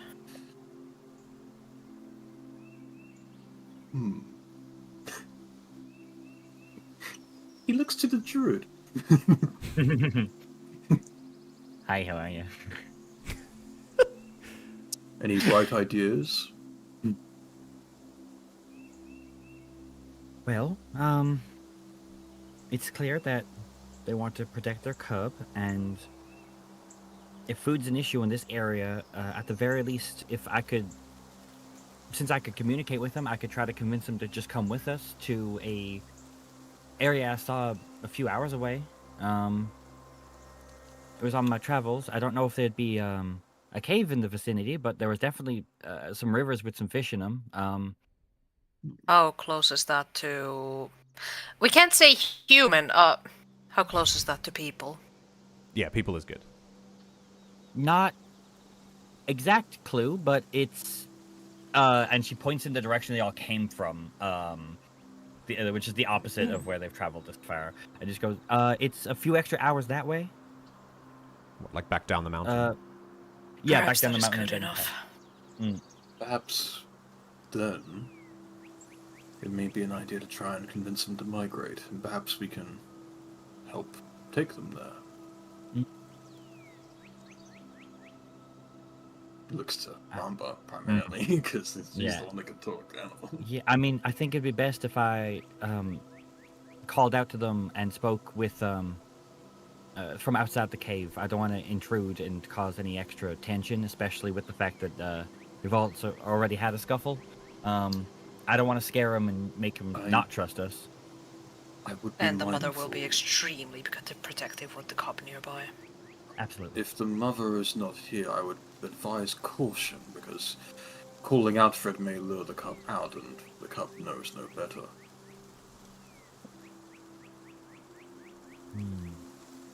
I assume without needing to be a gifted tracker, I can see the prince leading into the cave. Yeah. The cave has prints everywhere, out, all the way. Everywhere. Yeah. Okay, so with just with how many prints, it's difficult to see if it just came back here. It's unclear whether it came back and then left, or if it's still in there. You're not sure. Wait, You can't hear MJ, it though. I just have an idea. Unless you'd like to make an active roll for it. You can't hear. You can try to actively roll for that. That would be different. I'm just saying, like, passively, you can't hear it. I just had a 4, MJ. Found for room smell is pretty good, right? It is. It's very good. When he gored the bear, did he draw blood? Did he? What do you think? With that higher roll, Yeah. I think he probably got at the end of the tusk. Okay, cool. So All right. You want to So smell? I'm You actually want to smell for thinking, blood? Okay, cool. I want to smell Yeah. blood. Do I smell blood here? That's good. Let's go ahead and make an instinct roll, please. Yeah. Okay. Let's see. Which also is another reason why the bear might have. Oh my god, it's a crit. Oh Oh my god! Congrats! The first crit. Hey, I gain a hope. And it's the highest crit you could possibly get. That's insane. That is Holy insane. shit! Okay, right. So, Blood is in the air. and does the He's very beast of familiar with the smell Bodru of know blood? He's very familiar with the scent of blood, so it makes sense. A little bit of blood on your tusk that your trunk kind of leans in and just sort of, and then kind of spits a little bit onto the ground to cleanse, and then inhales. You gain a hope, and you clear a stress if you had one. And you follow that blood directly into that cave, and it did not come out again. And I'll give you a little bit more. The bear is wounded. It hasn't had time to not be wounded anymore, but it's currently licking its wounds in that cave. And Okay. you are getting the sense that, it's wounded, it's in its home, and it's got a cub around. It's in its most cornered state for you, Ochros. Yep. However, you also smell, and this is something that goes beyond blood. This is something that sentient, sapient, and creature all have together. The smell, it's more like a pheromone than anything else, like just something that chemoreceptors can pick up that isn't an odor, but more of a feeling that the body gives off that you know as a veteran of war. And that is the smell of fear. A smell that you know very well. And there's a very deep fear coming from this cave. An innocent fear from the cub, sure, just for the unknown. But a fear for the mother of obviously, wanting to take care of the cub, and also interestingly, a fear of something that you can't quite place, but there is also that kind of weird thing that your nose is able to pick up on with a critical success. So, Ochros takes a deep breath and gleans basically all of that, and Yeah. it's like a deep huff as he kind of his little brow, his big old brows have like a little knit, as an indetermination as he seems to click with an idea. Mm-hmm. And he's going to look to the both of them and say, "Alright, listen closely. I believe with confidence that the mother is in that cave. She is licking her wounds, and she is the most cornered she's ever been in her life right now, defending her cub, and wounded. I have a suggestion." And he looks around for a moment, unaware of the little fae that is just watching them go through all this. Mm-hmm. Yeah. And he will say that, Rauna, how confident are you that you can hunt some game within the next hour or two? I realize things are sparse here, but... Indeed, really is sparse, but I can do my best try. Perhaps we can offer it a peace treaty of some kind. And he looks then to Ramba. Take heed my words when I say that it is as most terrified it is right now. If you intend to talk to it, it will likely act first rather than give the speech. I mean, it's not my first, run-in with a animal filled with fear.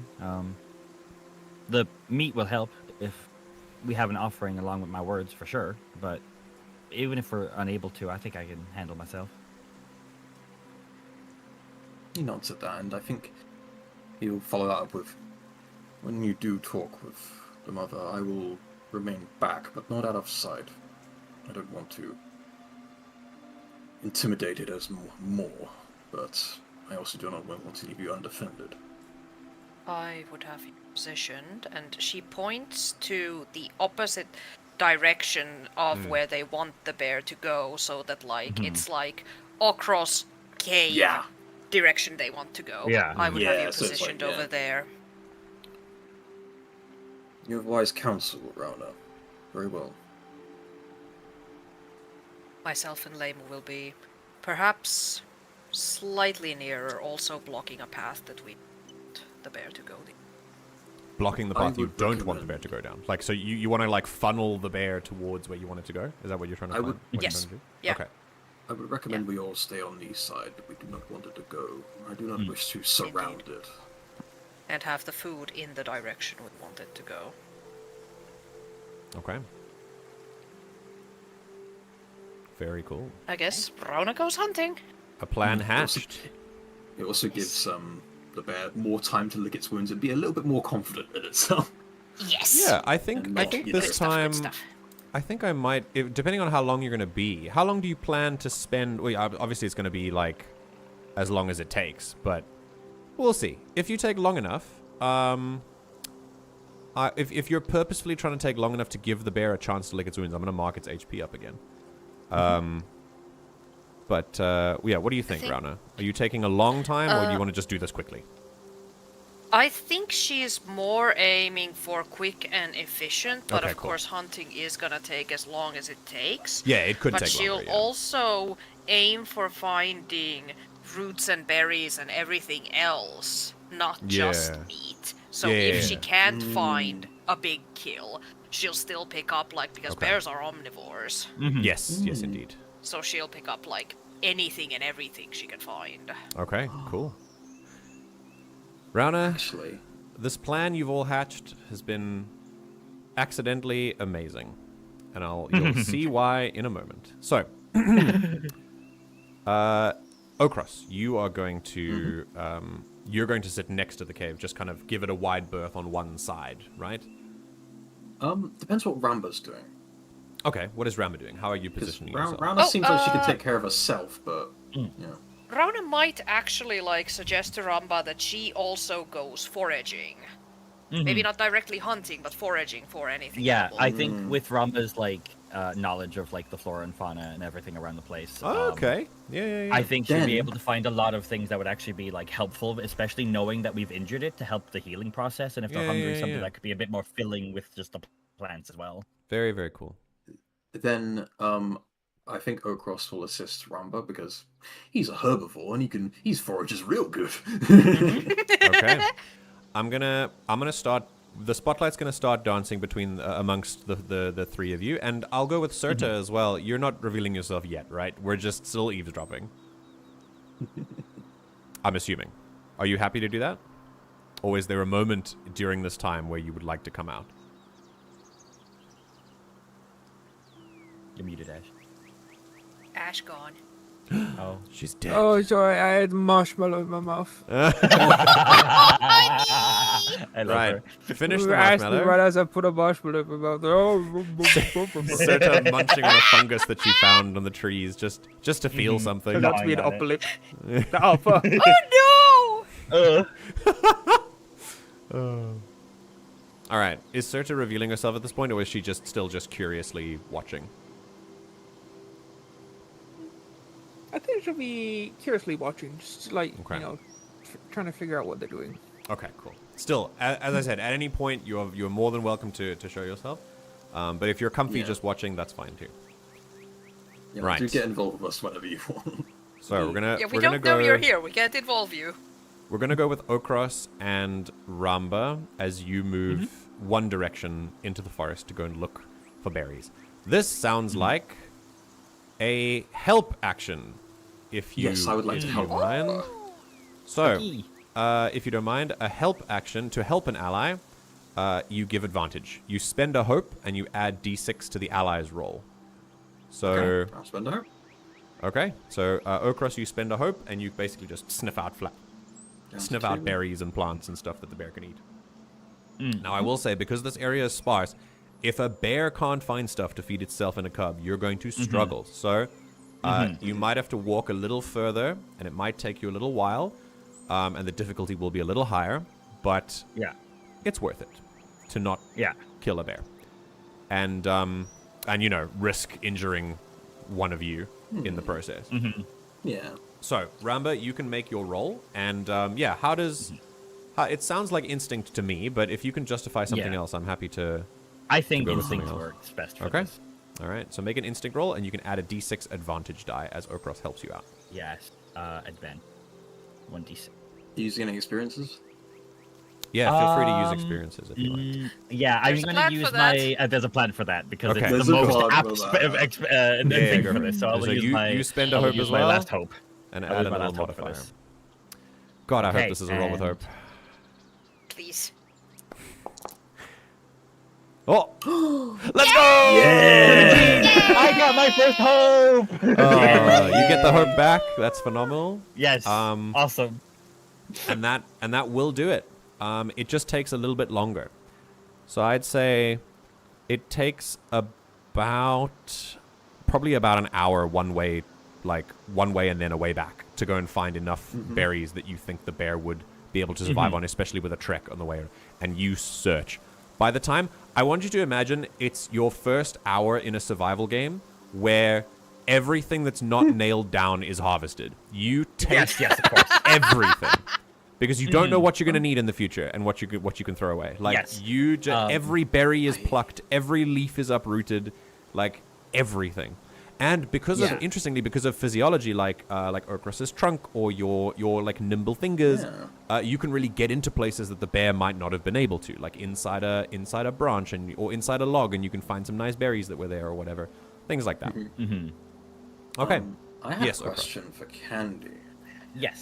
Because it's 2 hours, Ramba gets to spend with Ochros. I know she would have had a bunch of questions. Yeah, But is there any she would have asked that you want to Amazing. roleplay real quick? Like any big ones that she want to know. Go for it. So I think honestly, so I think the beginning of it, she's like kind of locked into her task and stuff, and you see her like talking to each like bush, every plant that you passes, like, do you have any like things you can spare for us? And then like moving on and stuff. Like you see her actively talking to all of them. She doesn't do anything musically. It's just she's just talking to them. And it's about like I'd say 20 minutes into it is when she's finally like, you know, you've gathered some things, like the pressure is less there of like finding stuff, like we're on a roll and you know we're helping each other. Is like when she like kind of like very quickly like just turns her head towards you. She goes, "What's your name?" it's like a ever so slightly startled pause as his eyelids give a little bit of a flutter, and as he goes, "Oh, that is quite embarrassing. I believe I haven't said it. I am Ochros." Ochros. Okay, that's good to know. I know what to call you now. So, Ochros, I have a plethora of questions. I'm gonna start with, why does your trunk do that? And she points to like the trunkles. There's like a low rumble of what could equate to a chuckle as he just gently dips his head, and his trunk does like all these like little. It basically, for lack of a better term, there's a little flail, like ooh yeah, ooh, yeah. and Ramba will see it is really prehensile, like it's crazily so. Even with the little armor plating that it has, like on it. Well, as you asked earlier, I am a femme fatale. We are not exactly particularly plentiful in this land. True. Never seen one of your kind before. Or, well, I guess it makes sense that you would exist because all of us do. Anyway, okay, so I love her. so if I was to shake your trunk, is that offensive? Or just shake your hand? Is that trunk hand trunk? Do you mind? Not at all. I'd consider that a handshake. Okay, can we? Yeah, I want to the try. I opposite want to see out. what it feels like. You see these like so to describe the hand, it is like these two long, like finger-like things with tiny little thumbs on the side, enough to grab stuff and like, you know, have thumbs that do something. But like, it is definitely a weird hand, and he just gently, and obviously right below that is his like nostrils. So he like offers it out like sideways, like a here's a handshake. It's like tugging on someone's nose and going, "Yes, nice to meet you." Yes, It is both his nose and his hand. Yeah.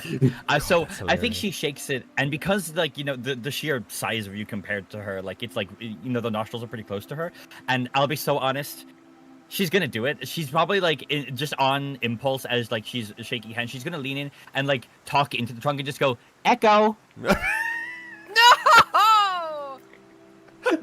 Across his eyes just like look down like oh.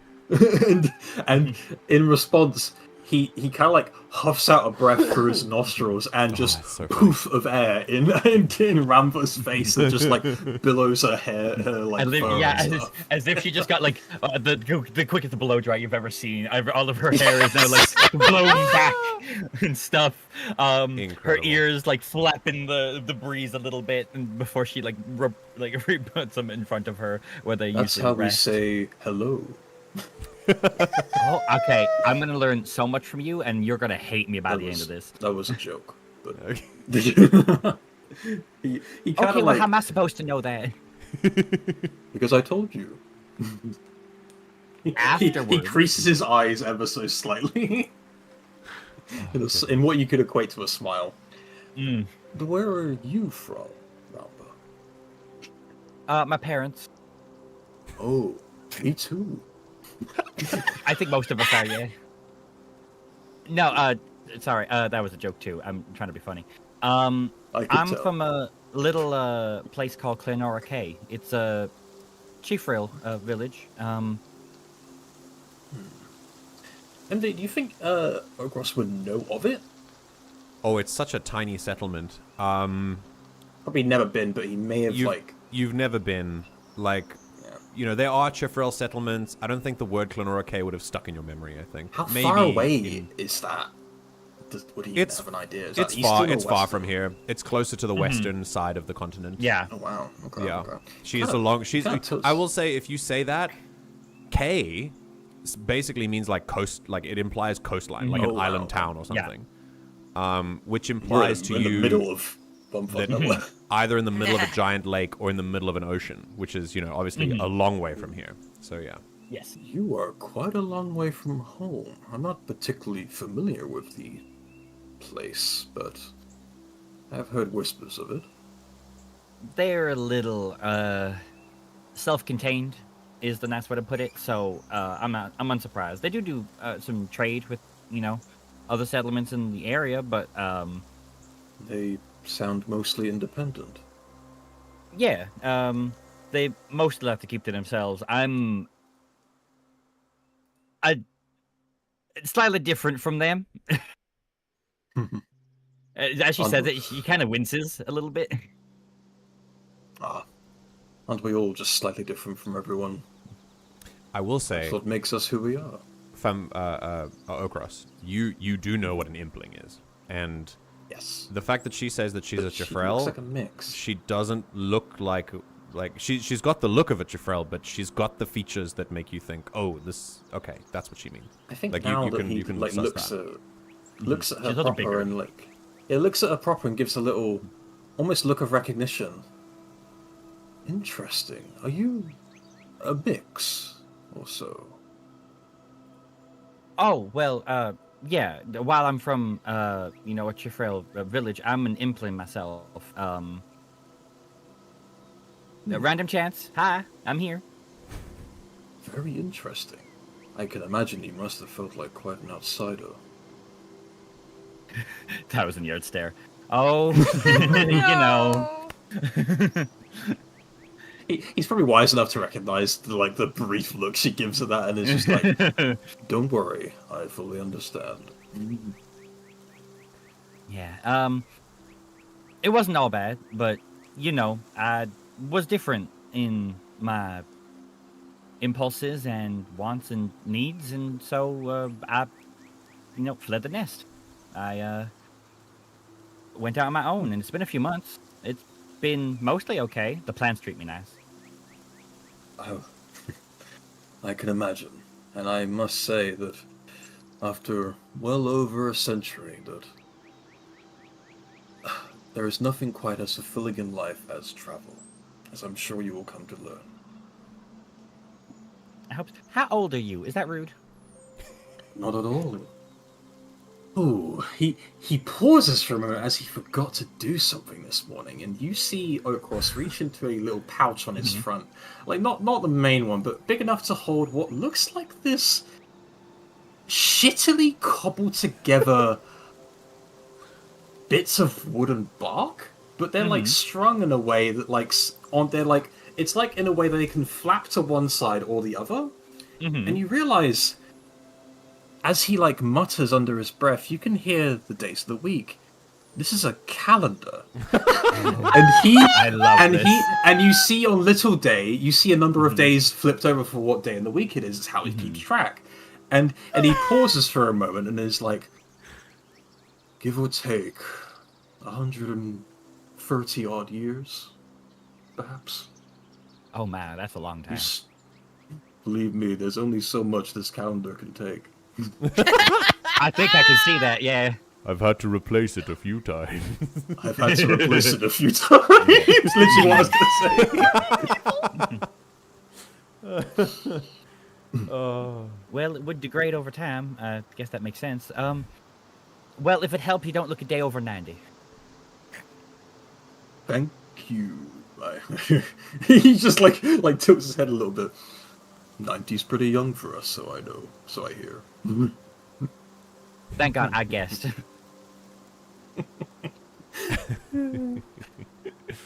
I think from that they're just kind of wander on yapping about. Yeah, it'll be, and they'll continue on. Cool. It'll be like small talk and stuff. I love that. There's a perfect time to flip the spotlight over to Rauna and presumably Cyrta as well, flitting from up high. While the others look quite successfully for roots and berries and stuff that the bear can eat, Rauna and Leimu, and Cyrta in brackets, are going the other direction. As you look at the mountain, as you look at the cave, like you're on the low ground, you're looking up at the cave and the rest of the mountain, to the right is back where the road is, and that's where Kavaru is. To the left is where you now go.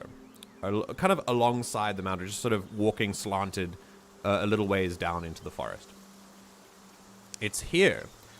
You've been walking, and it's a really, it takes a long time before you even feel like it's worth searching, because it's just, not that it's barren of life, it's got life, it's just not life that a bear would easily be able to access. And then you stop seeing bear tracks, very noticeably. After you walk for about, maybe, you've been tracking for about 15 or so minutes looking for something. and you notice that the bear doesn't come this way. And that kind of the little question mark in your head. Yeah, that's curious. Continuing on, I'll say, at some point, is there any specific way that you are trying to, like, look for this? I assume while the others are looking for herbivore things, you're looking for carnivore things and meat products, right? So like a rabbit or a deer or something like that. Yeah. Okay. So I think... Yeah, there is a thing that, like, if the bear hasn't gone that way, it means either that it's already been there so many times that it knows that there's nothing there, or it hasn't been there for so long that things that it eats would have moved there, and there might be something. Possibly. It's a gamble. But you also notice that it's also been winter, and so the bear has likely been sleeping before then. So either way, this seems... So it's not gonna be fresh, Yeah, the tracks might not be fresh. Either way, you can try and use Gifted Tracker again if you want to look for specific creatures. Or you can just make a general instinct roll if you want to just look around to just see if there's anything you can find. If only I had help in some way with my height advantage. Ooh. Oh. Okay. All right. So you know everything that's happening right now. So what is it that that Cyrta would like to do? I think just putting it together that this person is looking for something to hunt. I think she'll use her vantage from the tree branches to try and get like a bird's eye view to see if she can see anything. Okay. Because Rauna doesn't know that Cyrta is around, I don't think this counts as helping an ally. But I do. But if she finds something, she could whisper like a little hint to her. That does count. I would like Cyrta to make a. Or actually, so you know what? We can either make Cyrta make the instinct roll at a +2 because you have a +2, or we can have Rauna make the instinct roll at a +1 with the advantage from Cyrta. Ash, you do it. Okay, go on, Ash. I Make an would instinct so roll. love to have hope, but I do not have enough hope to use survivalist. I am sadly a little far away. Alas. Ochros, like, I sense a disturbance. You sure you want me to do it? Go on, make a roll. Okay. Go, do. Do the roll, Ash. Make a roll. Everyone else has made a roll. Make a roll. Do it.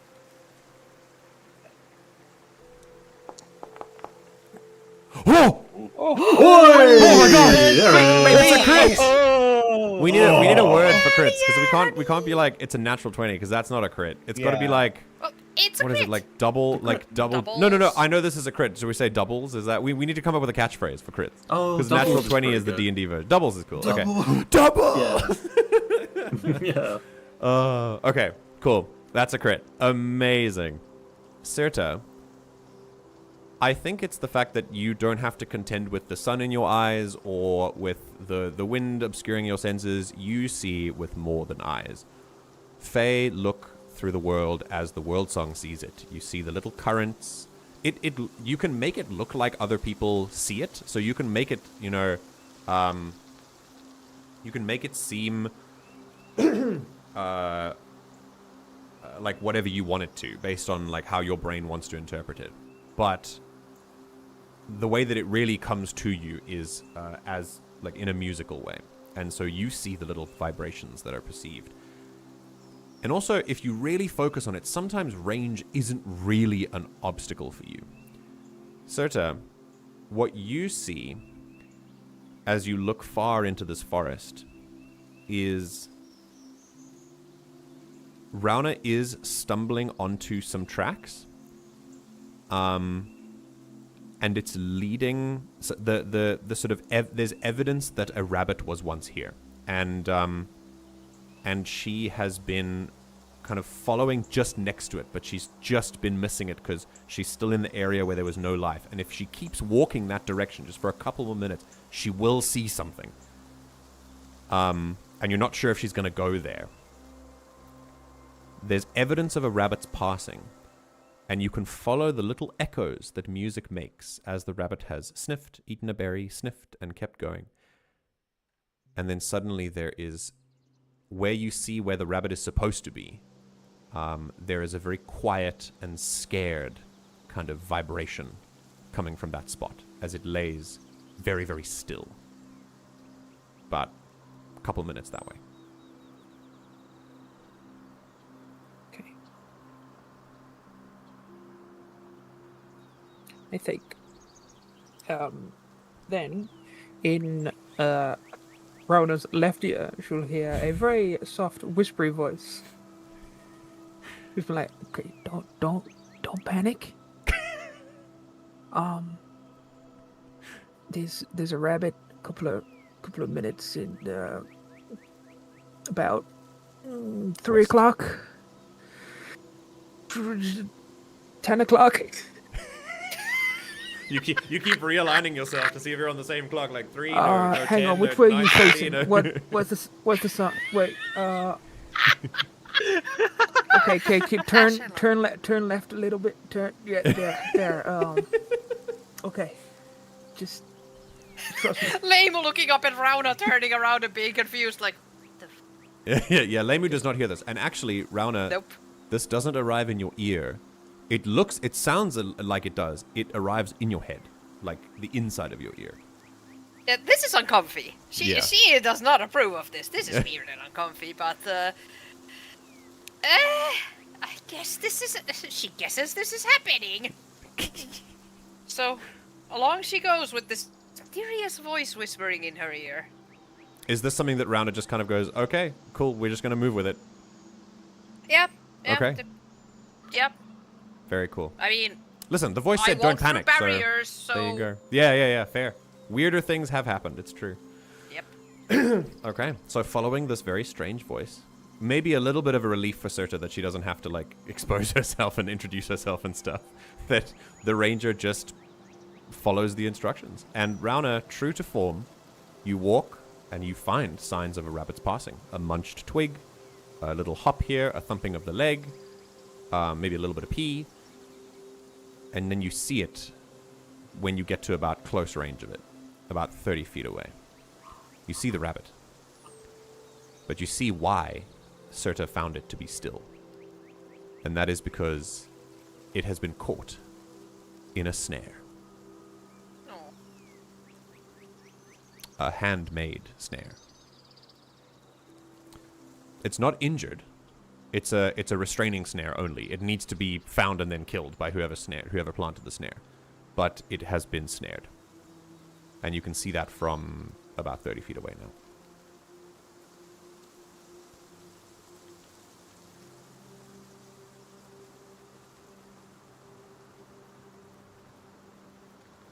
Now I ponder the morality of my character. Oh.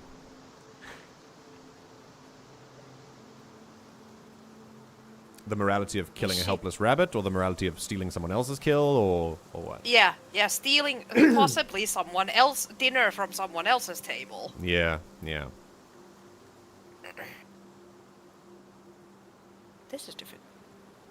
Interesting. I will say, while you ponder this quandary, Cyrta, you can see Rauna, like, very specifically pause and consider her options. If I may be a something on your shoulder, if there's one rabbit, there could be more in this region. Like, you've definitely stumbled into a region where you found rabbits, and there's no bear here. So the second part of your hypothesis that the bear hasn't been here in so long that animals might have returned here is holding water at this point. So it's entirely possible that if you found one rabbit, you could find another one. Or you could take this one.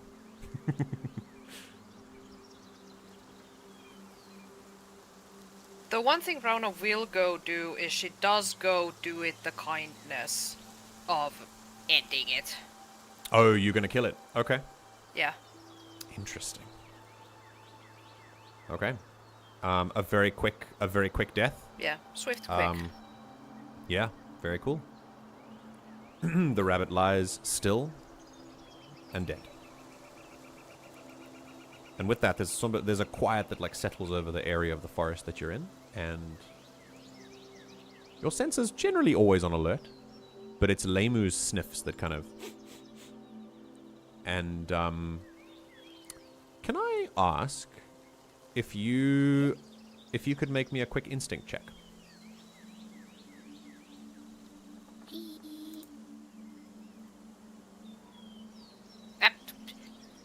I'm gonna spend a fear for this. Oh, no. If only I could use stuff, but I do not have enough hope, so... You don't have any? You're hopeless? Oh, no. I have 1 hope. Never mind, you have 2 hope now. Yay! Yay! Okay. That's a 10 with hope. Huh. It's a success with hope. Sorry, it's a failure, but it's with hope. Huh.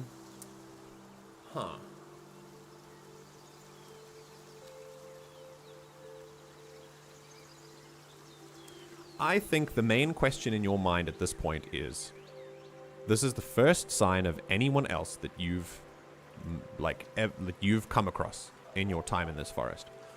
Who else could be out here? Yeah. And I think the way that the snare has been crafted, I think really tips you off that this was not necessarily a hunter. And I'd say a success with hope or a failure with hope still tips you off that once you've killed the rabbit, are you deciding to leave it alone and let whoever planted this take the rabbit?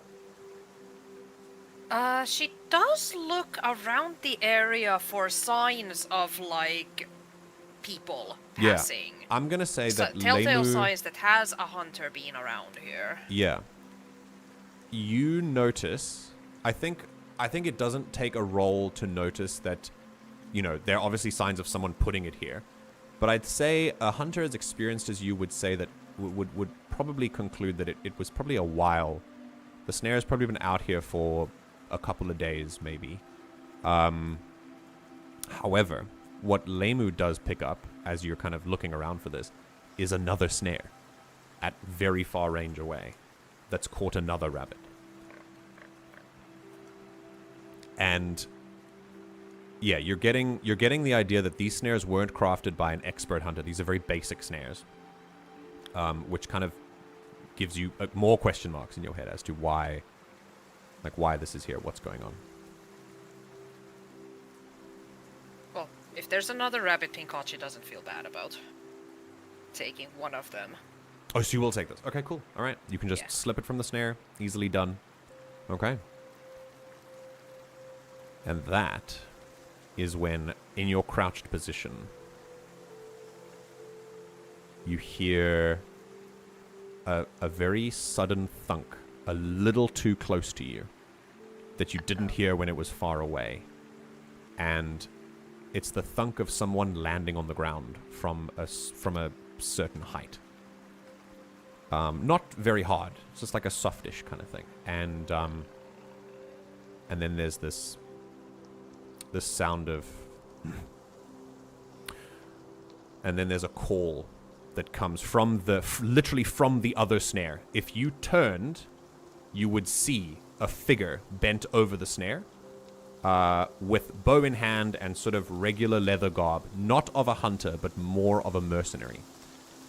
This is a bonbow, and says, "Oh no, this is not a bon. This is a caherim, a catfolk.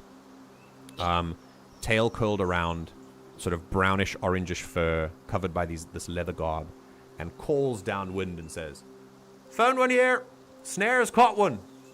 I'm gonna go check the other one.' What do you do?" Uh-oh.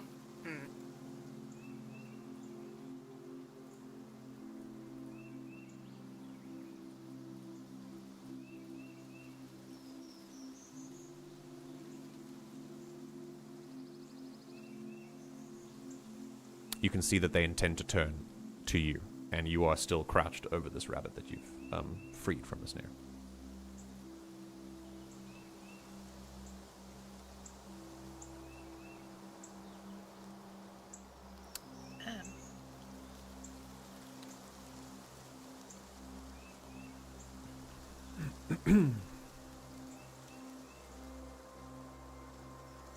Yeah.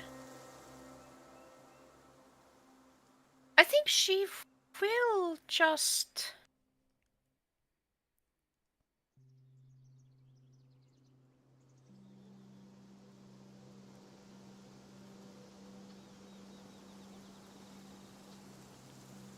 Yeah, she'll stand and wait Okay. to be All right. found. You stand up, holding the rabbit, and the Caharim turns around, moves through, head uncovered, just sort of the leather garb, as I said, and there's a blade at their side as well, with bow strung across their shoulders, and they turn around and immediately see you, just kind of at far range, and you just look at each other for a moment, and immediately hand goes to blade, not to draw, just to kind of look there, and they go, "Whoa!" Guard. Oh, She's just casually standing there, like she's very neutrally like, "Hi, I'm here." Like, I'm gonna stand here, and we're gonna be civil about this. Ah. Are we in the habit of taking food that doesn't belong to us, eh? We are both hunters here. Not a lot of hunting going on your end. Hunting's already done. I can trade for this if you insist. You want the food? Got a lot of mouths to feed on my end.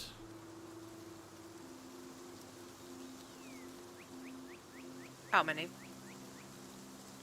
That's none of your concern. Just a lot. And they kind of take a few steps forward. I think I'll be taking that from you now.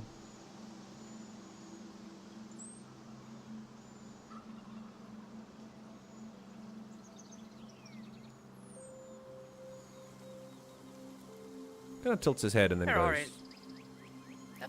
There are go on, easier ways of acquiring food. I can help with that.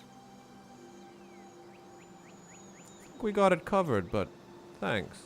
Then tilts their head. You, what do you got to trade with?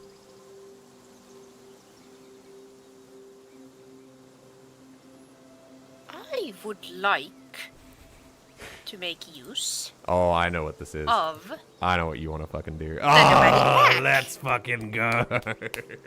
Yeah. The nomadic pack. All right, spend a hope, reach into the pack, and pull out an item that is useful to your situation. And I remind you, mundane just means non-magical. It can be anything within reason. What have you brought on your travels? Money. I would like to have it be some item of jewelry, nothing too extravagant, but Okay. enough that it would be relatively simple to trade with for Okay. We're gonna go... food and food. Yeah. You know what? Yeah. This is so funny. This is where the motives of an adversary are really cool, because the motives and tactics of this one are charge, lacerate, overwhelm, and then profit, which you've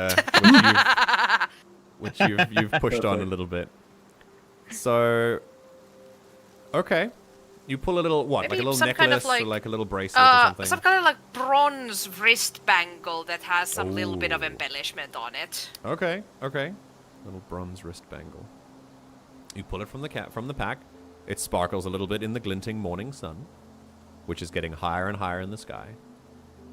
And the Caharim's eyes kind of flit towards the bangle and then back to you, hand still on the blade, and goes, "Well, where'd you get a thing like that? You're not a standard hunter, are you?"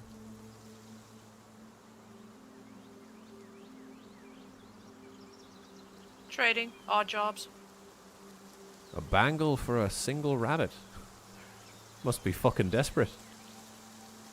You said you had a lot of mouths to feed. No, you're not wrong.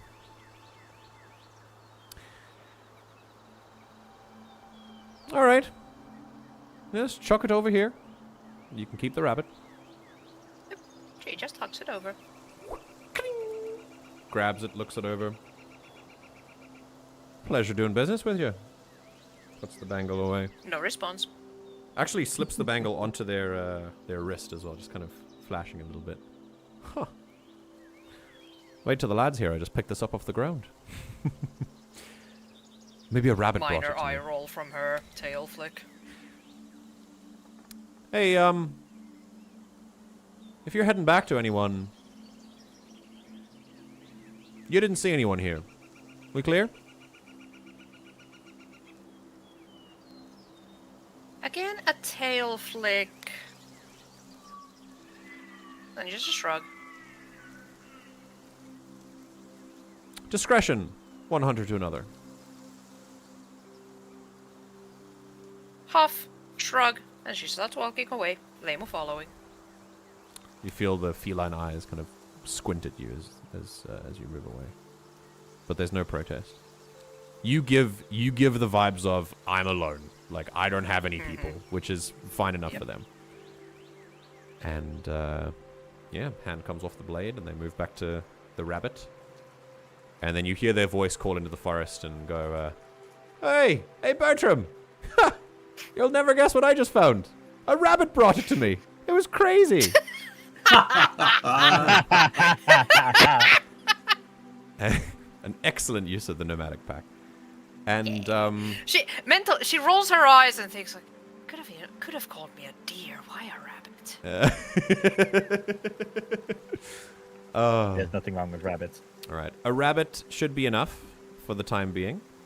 And this interaction plus the little trek, I will say you can maybe.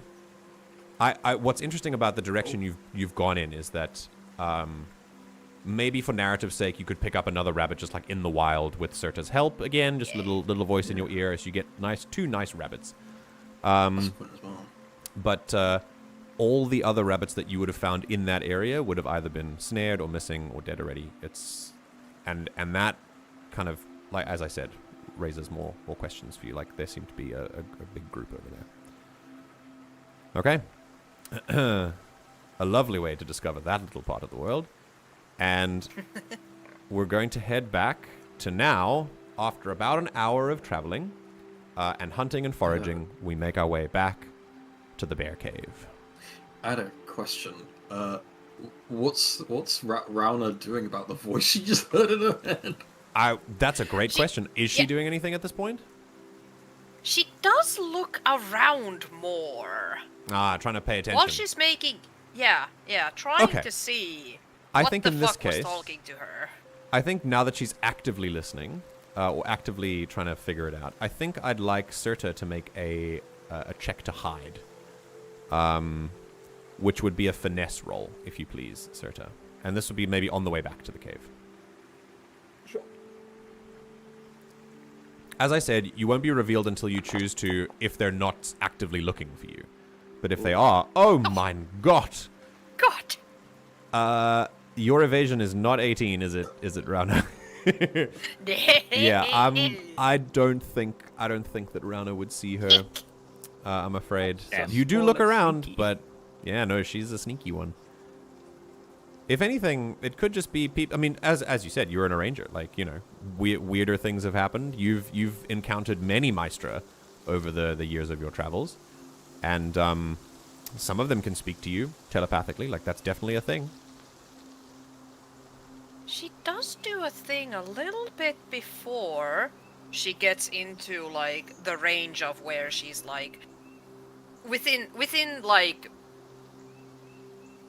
close, far-ish, whatever ranges Daggerheart has of the bear cave. She does leave a little tiny sprinkling of trail mix on a rock nearby as like, thank you to whoever helped me, whatever forest spirit that was. There you go. It very well could be like maybe a little prima spirit trying to have some fun, a little elemental, or a little sprite. In this case, it is a sprite, but you know. But yeah, very cool. A little bit of trail mix, and then we keep moving. Cyrta, do you eat the trail mix? You can't digest it, but you can taste it if you want to feel something. I think she's like, that's a weird thing to do. She just went looking for food, and now she's leaving some behind. What the fuck? Amazing. Flawless logic. Okay. We're back at the cave at around... It's about 10:30 in the morning now. The sun is a little bit higher in the sky, and as I said, as you're at the edge of the trees before this little lip of the cave, you're about 100 feet away. You're at very far range. And, far range. And, the sun is coming from... Yeah, rise in the east. So coming from the east side, it's sort of bearing down on a sort of diagonal upward line from the trees, casting shorter and shorter shadows as the day progresses. And you end up, once again at this cave. Ochros, I think Ochros and Ramba would probably be... Rauna would probably arrive first, I'll be honest. And you don't see Ochros for a while, or Ramba, and then you hear them. It's really hard not to hear an elephant. And there's just this... Plus, he's just going... And that's why she reminds me so much of you. I mean, you remind me so much of her.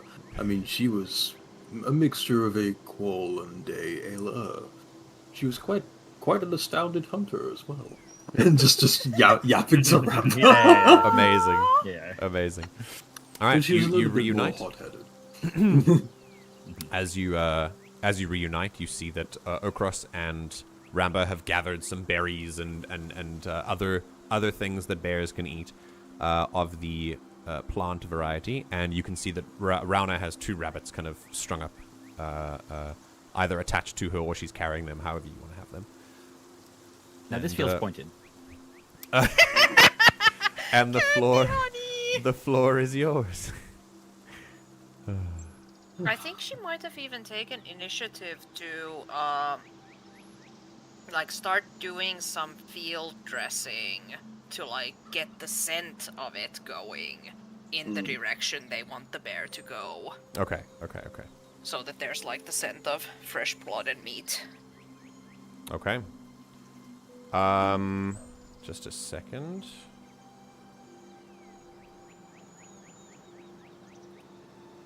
I've just realized something. Oh dear. I want to confirm. I've had my own realization, but I will keep it to myself. Yeah, I've had a realization as well. Have we had the same realization? I don't know. We may have had a similar I realization. don't know. What is happening? Should we check after session, do you think? I think so. Okay, alright, let's check after session. Alright. We'll pause it for now. Cool. Alright, awesome. Kids nerd. Right. You'll see what I've done. Actually, this is visible on stream that I've flipped through things in my notes. Anyway. Okay. All right, we'll talk about it after session. For now, here's how I'm gonna do this with the bear. So as you arrive, are you all ready to to put this plan into action? Mm-hmm. Yeah. I think so. Then in that case, I'm going to make a countdown, and this is going to be, come out, bear. It's going to be a progress countdown, and the bear is wounded. I'm going to put it on a 5. I'm going to set it to 5. Oh, if it's had time to heal a little bit. Has it had enough time? You're honest. Honestly, it would take you about an hour. I'd say it has had time to heal. So let's make it a 4. Yay. So now it's not wounded anymore. It's a 4 countdown. You should be able to see it in the bottom left. Yes. Yes, it's visible. And just a moment. There we go. HP healed. Right. Now. Ochros, you give a little whiff. Bear's still there. And,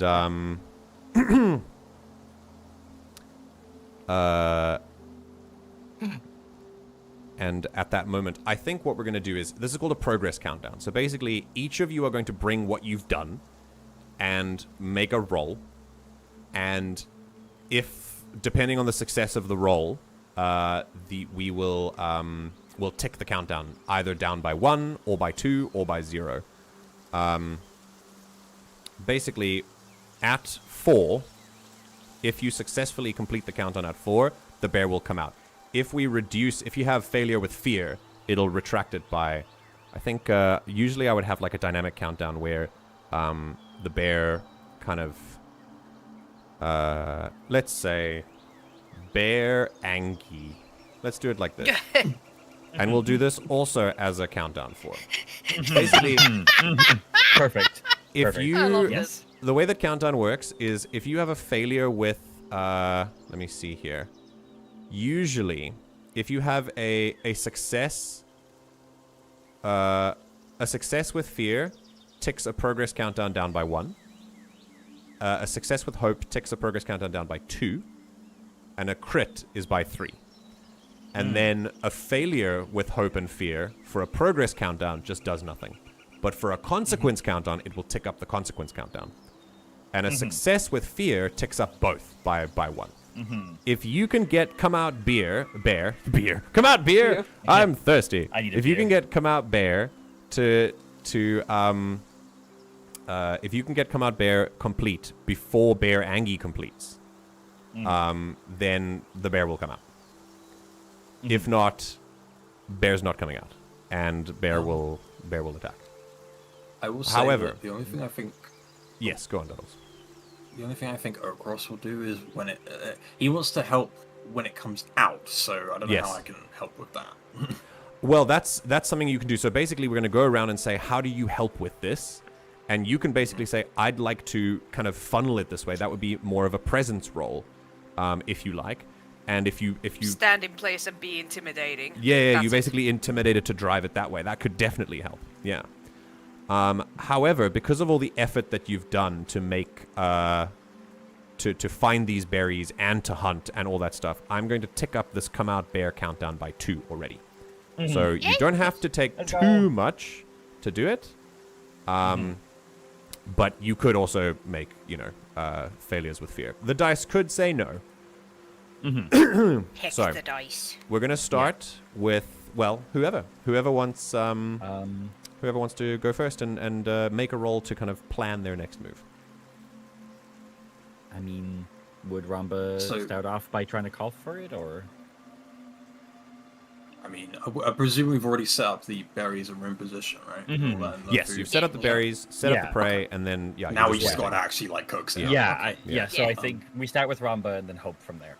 Okay, Sounds Yeah. like Hope from because there. I can go. actually talk to it. indeed. Okay. One can Does Hey! can we have Cyrta like Mm-hmm.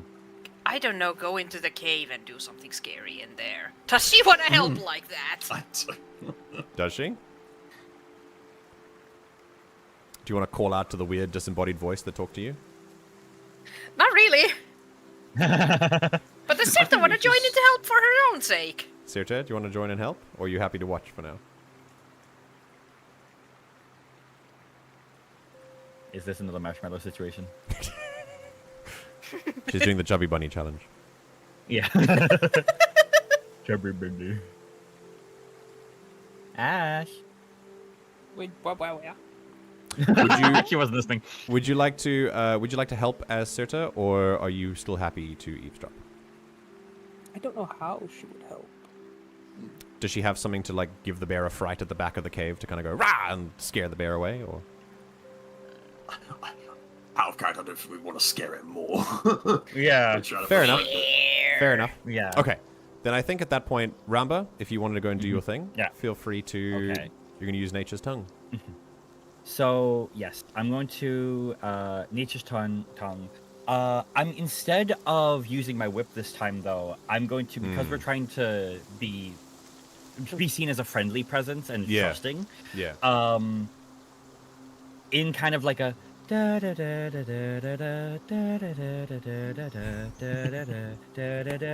in that kind of like tone is how she speaks out to the bear. Singing campaign. Let's go. Kind of You play like the in flute, that I assume. tone. No, she's singing the words out as she speaks to the bear. Oh, Like, you're this is singing a actually melody. That's coming- beautiful. Okay. Yeah, cool. she's actually singing the words out to the bear to try to like Before- soothe it and hopefully let it trust her Wonderful, and wonderful. listen to her. And she's using Nature's Tongue with this to I'll put it in Okay. chat again for people who want to read it. I have something I want to do as well. Yes. Yes, Ochros. Do you want to help in some way? So before she goes about her whole performance, I say Ochros will like look to Ramba and give a little nod of encouragement, and just say, "All right, are you ready?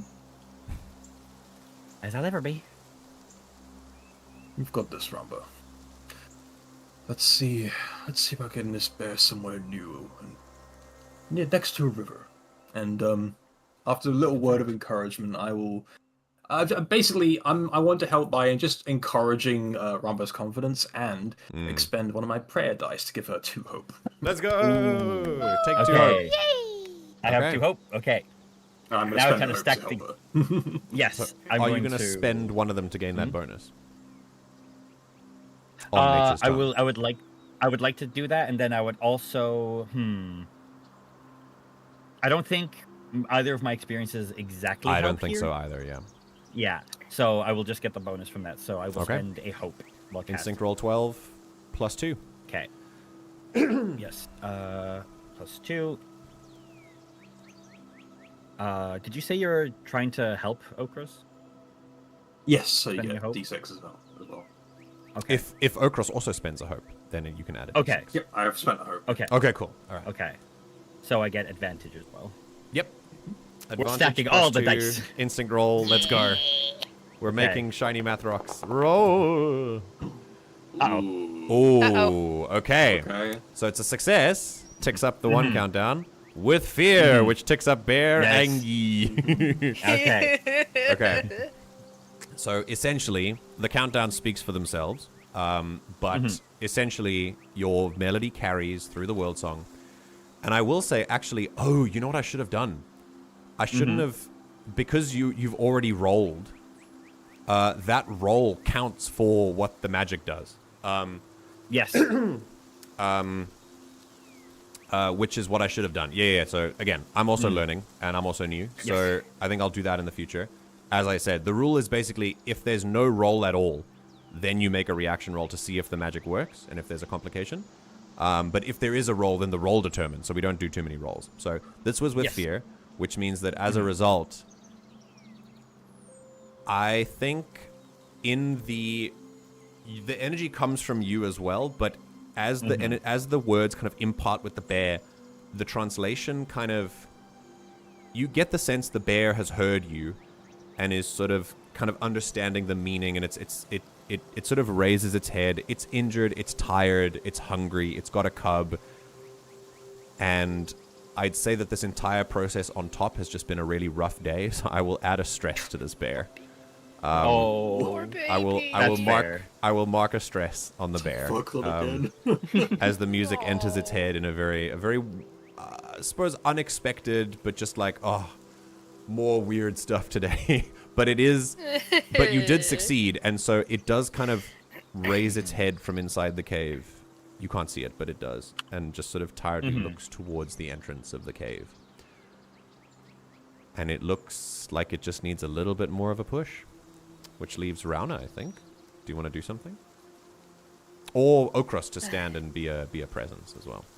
It's up to you guys. Or we can have Ramba continue talking. Yeah, because I don't really have anything else for Rauna to do except provide the lure and then also stand around and be intimidating. Okay, so I think in that case, I don't want Ramba to make the same instinct roll twice. So I think I'll have Ochros make a presence roll to be the funneler of the bear.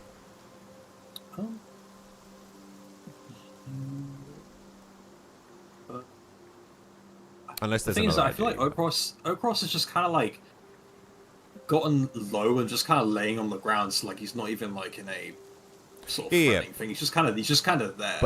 But this is going. I'm kind of future planning for this role. So this is a presence roll to prepare yourself, and if it succeeds, the narrative says the bear comes out and it's not scared by you because you've kind of made yourself unassuming. Okay, That's what I'm ruling it as. Okay, cool. All right, go ahead and make a presence roll. Do that.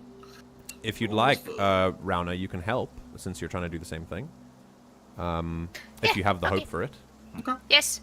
Okay. Now I have no hope, but it's done. Oh no! Okay, so she spent a hope. You can have advantage on this Hopeless. presence roll. Yeah. Let's go.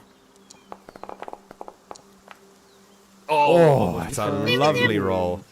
That it's high. It's with fear. Oh, I should be getting fear. Yeah. Dung, dung. I get 5 fear now. Yes, yes. Get And you have completed Come Out Bear, and Bear Angie is at half strength. So the bear is angry and stressed, but the tiredness wins out, and the effort that you've all gone to avoid killing this bear and risking just life and limb, and actually obviously killing the bear, but also it's just dangerous to everyone, and you leave a cub behind. It's just it's not good for anyone. And taking this path is more effort, but the reward, as this tired mother bear pokes her head out of the cave and sniffs the food in front that has been left for her, and then between her legs, kind of coming out from her belly fur, just sort of poking out, is a tiny bear cub, no more than a year old, and still, I don't know how quickly bears grow, actually. Maybe it's under a year. It's a baby. It's a baby bear. It's gonna be under a year. It was born during the hibernation. Oh, is that what would have happened? Yeah, Yep. shit. Okay, literally a month-old cub. Okay. It's got this baby. fuzz over its body, and it's got this nose that's just turned black, and it's a Wookiee, apparently. And it the mother bear sniffs very tiredly at the food and then sees all of you. I mean, you're not hiding. It sees, Rauna and Ochros the elephant kind of prone on the ground, just sort of legs spread a little bit, making himself small. And there's this moment where Bear looks down at these sapient creatures, and there's just this sort of very careful kind of pacing and circling.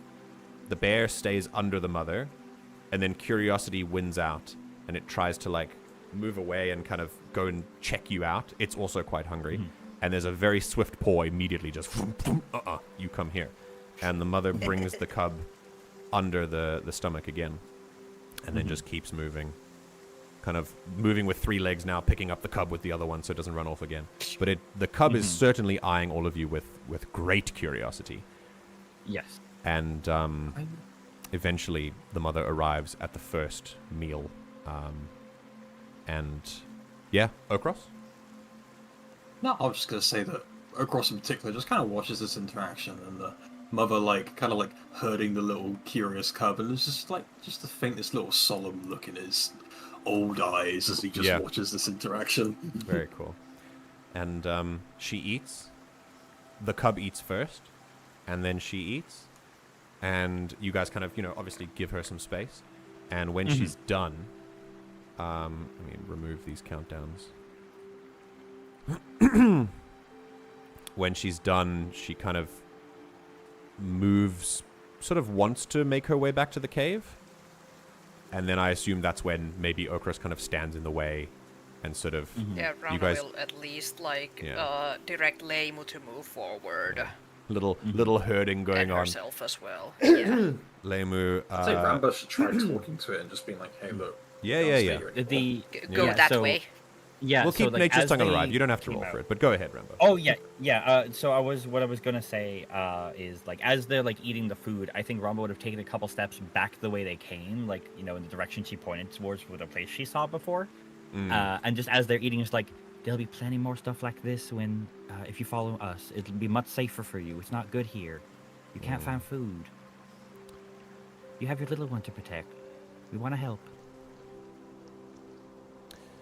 Bears don't really know how to say thank you, but in the obedience of the bear, as the gentle pushes of Ochros and Rauna and Leimu, and then the gentle encouragement of Ramba, with Cyrta just kind of curiously watching from above, the bear and the cub slowly and kind of knowing that you've now fed them and that it can at least that you're not going to kill it, just moves. And slowly you move it in the direction that it's supposed to go. And it takes you a long time. Yeah. I'd say probably about a couple hours, to the extent that once you lead it towards the nearest river, the bear, I'd say the nearest river is a little bit downstream. You start to hear the rushing of water. Which actually I have here. Hang on. There we go, there's a stream. You hear the rushing of water that comes down from one part of the mountain that has now kind of reached this area, and in the water are just especially in the middle of the day, you'll see at this part of the water there are these small fish swimming around in the stream, following the natural path of the river. No salmon in this water, but still. And that will be... Obviously, it's still cold. Part of the... There's a little bit of snow on the rocks. Part of the river is a little bit like iced. But some of the fish are still there. And that's where the bear and the cub, cold as they are, they spot another little natural mound. It's not as big as the cave they were there, but it's kind of an undergrowth, like buried into the hillside that they immediately see. And without a look to you, they just move into that little mound. And it's about 5 minutes later that the cub is already splashing around in the water. And the mother is looking around for some fish to catch. Hell yeah. Could I, in the general vicinity around this area, could I potentially try to cast some Wild Touch to cause some, like... I don't know, but Ramba would know, I think, like, smells that would be okay to bears, but, like, others would let them know that this is claimed territory and, like, to stay away from this, like, as, like a try to border around this area so that, like, other creatures can, like, know to stay clear from this if they don't want to, you know, get eaten and stuff, because we have moved them from one place to another, and other creatures were already here, presumably. Okay. Or just want to, like, as a warning to the other wildlife living in the area. Yeah, I'll let you do that. Yeah, that's fine. The smell of bear shit. Humming a little melody in.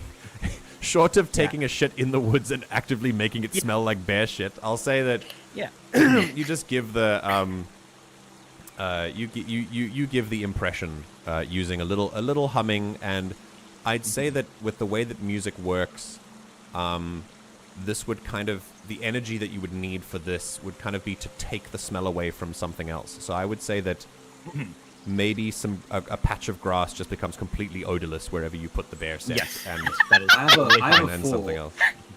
I have a thought, so that some particular plants could be like overpowering the others, so it could be a sense of balancing. Just a little balancing. Yeah, I like that. Yeah. I like that. Rather Okay, than cool. Awesome. Yes, Very cool. and then, you know, for Cyrta, there's magic now. There's music. Ooh. There's food, yeah. Oh, and Nom, nom, Cyrta, nom, you nom, are nom, nom. finally just able to just it's just a little snack, snack to keep you tied over and reward your curiosity with following these weird people who don't use magic until they absolutely have to. And The bunny uses a lot of magic for some reason.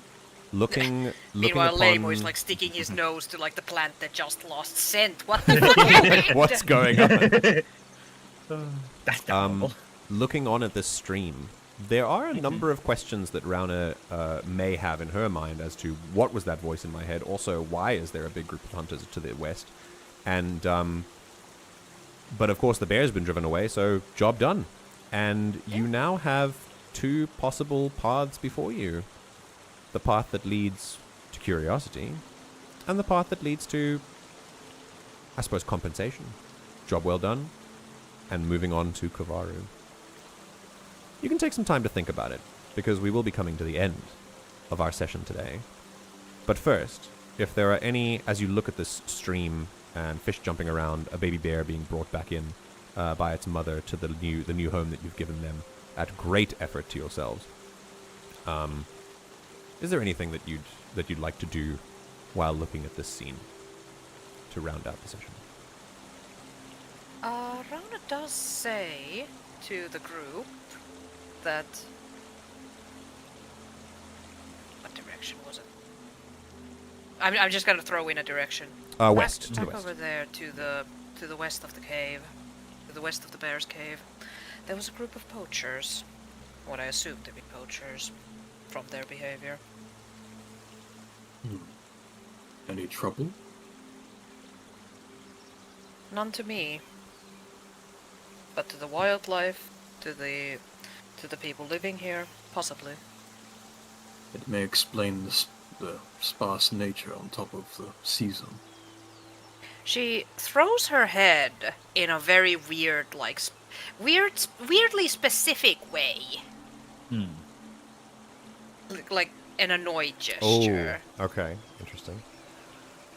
And then just Yeah. puffs it. Indeed.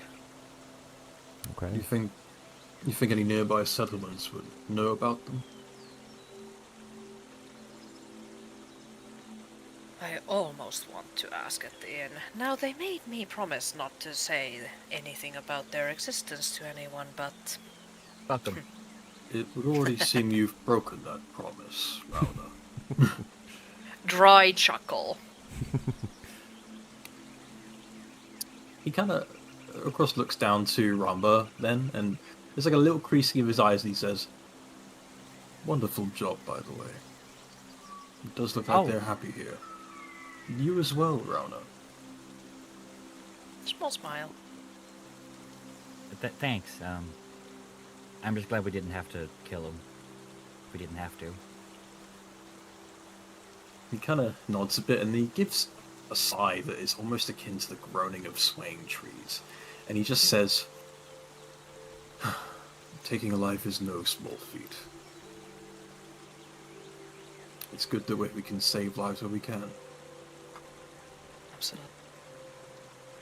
There is a natural order to things, but slaughter isn't natural. Shakes his head. Do not kill needlessly. Do not kill that which you do not intend to use. Yeah. Exactly that. What a fine little day this is. And All as you that say is me that, being almost run over by an elephant. Well, you were a little oblivious. Details. as you say that, I'll say, Cyrta, you see it first, but you're still watching the party, so we'll say Ochros. You hear a little shifting, and there is this kind of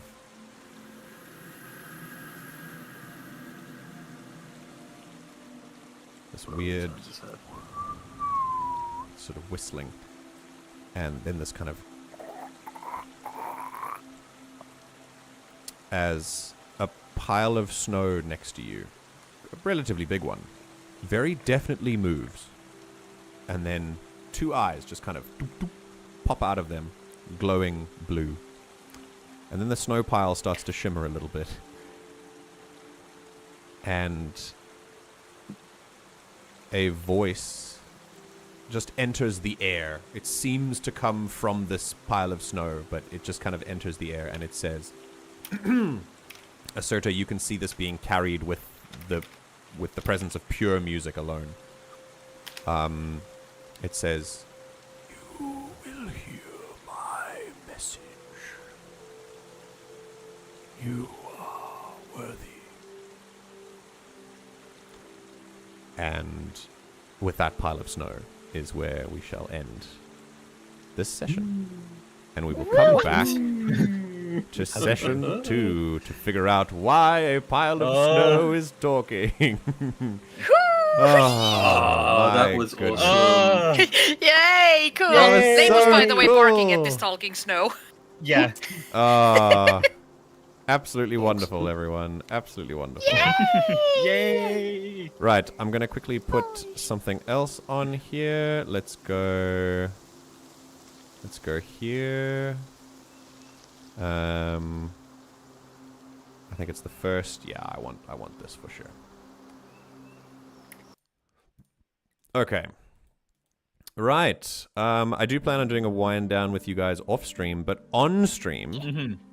Give me a second. Yeah, this is good for now. Right. First of all, thank you everyone. This was wonderful. And thank you to those in chat who've been watching. This was this was really, really cool to do, just with the knowledge that other people were like observing, and I hope that we did a good job and that you all enjoyed the session. Personally, I think you all did an absolutely splendiferous, fantastic, wonderful job, and I couldn't be happier. I think this went really well. I'm just so it's just so cool. Right. MJ, Yes, Duddles. I had a question. How off the beaten path did this go from what you had in mind? I always expected for you to I always expected for you to want to deal with the bear non-lethally.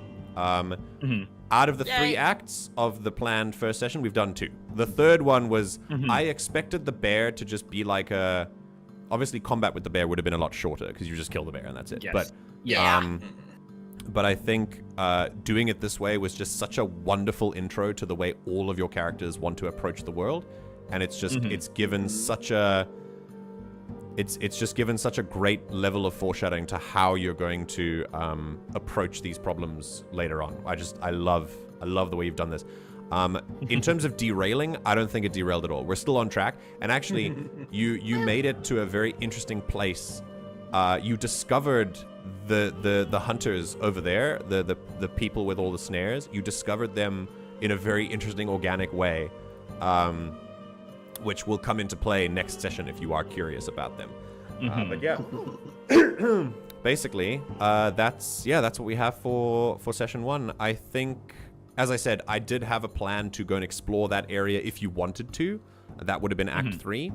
Otherwise, a much shorter Act 3 would have been like, yeah, we're done, it's fine, and you can go onto the tavern to complete the job. That would have been a very shorter Act 3 as well. But it's totally cool that we end here because now I have at least a little bit planned for the rest of the session, and then we can keep going. Yeah. Right. Up here, sadly, never do anything shortly. No, it's not. It's not sad Yeah, at all. we I thought this was saw- wonderful. Absolutely We saw wonderful. this bear encounter, and let's make a whole session about it. Yeah. No, I This thought is it was my great. friend Bear. I thought it was great. Awesome. I think it's a really This cool was intro fun. to the characters, as I said. Right now, one thing I want to talk about, but I don't know, Candy. Do you want me to talk about it here or off stream? Off stream, please. Okay, cool. All right, we'll do that. All right, cool. Then, is there anything else that anyone wants to say, feedback-wise, regarding the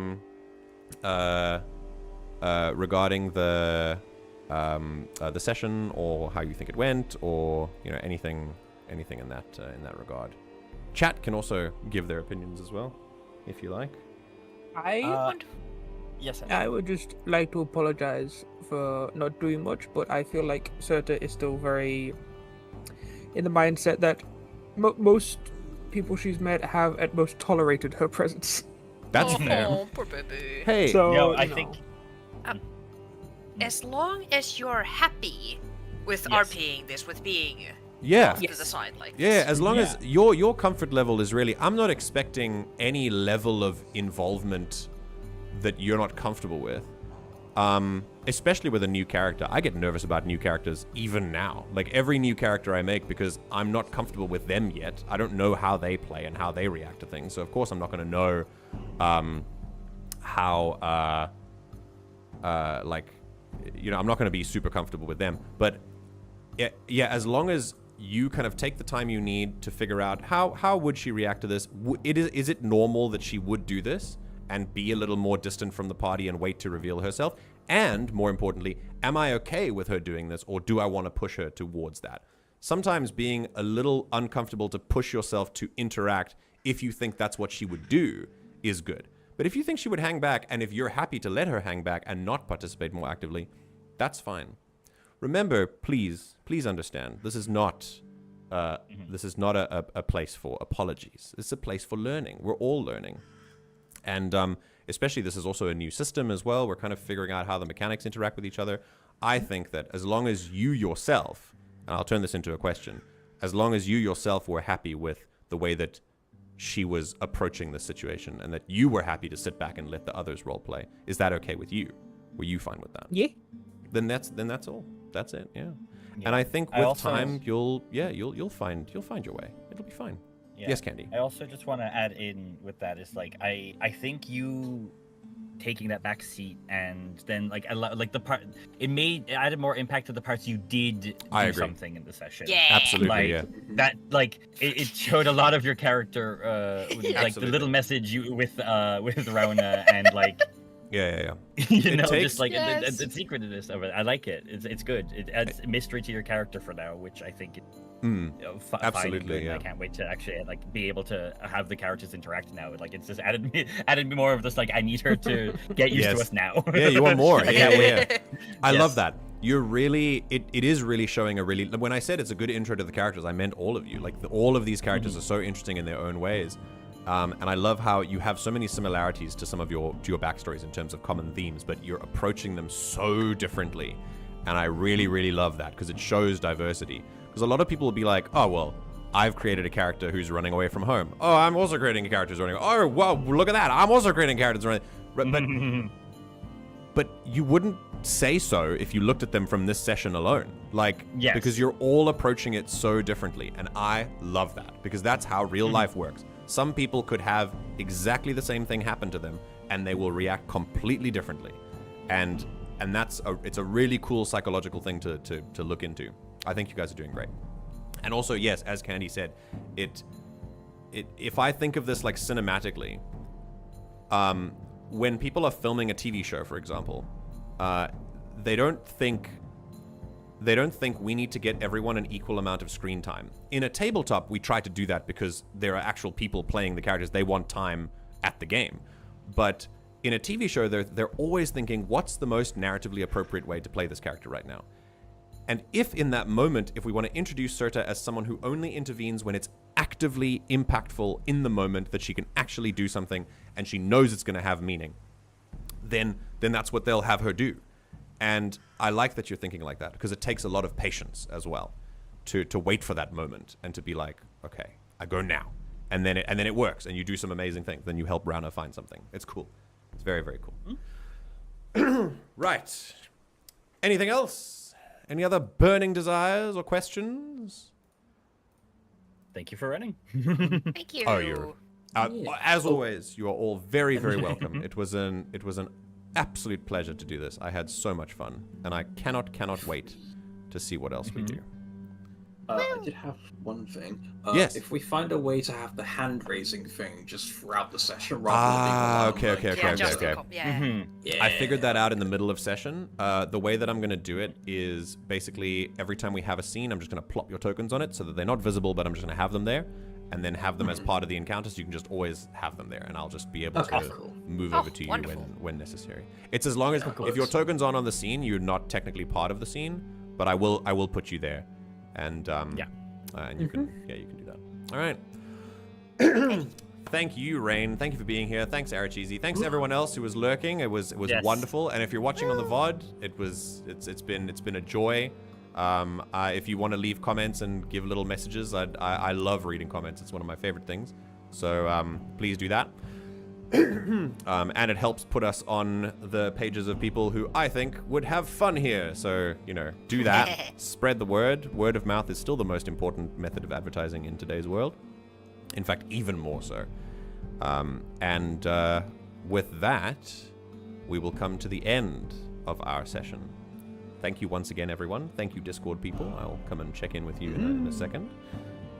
Say goodbye. Bye-bye. See you next time. Right. Thank you, everyone. Yes, Raz, that'll be very cool to have you watch the rest. Thank you, Arachizi.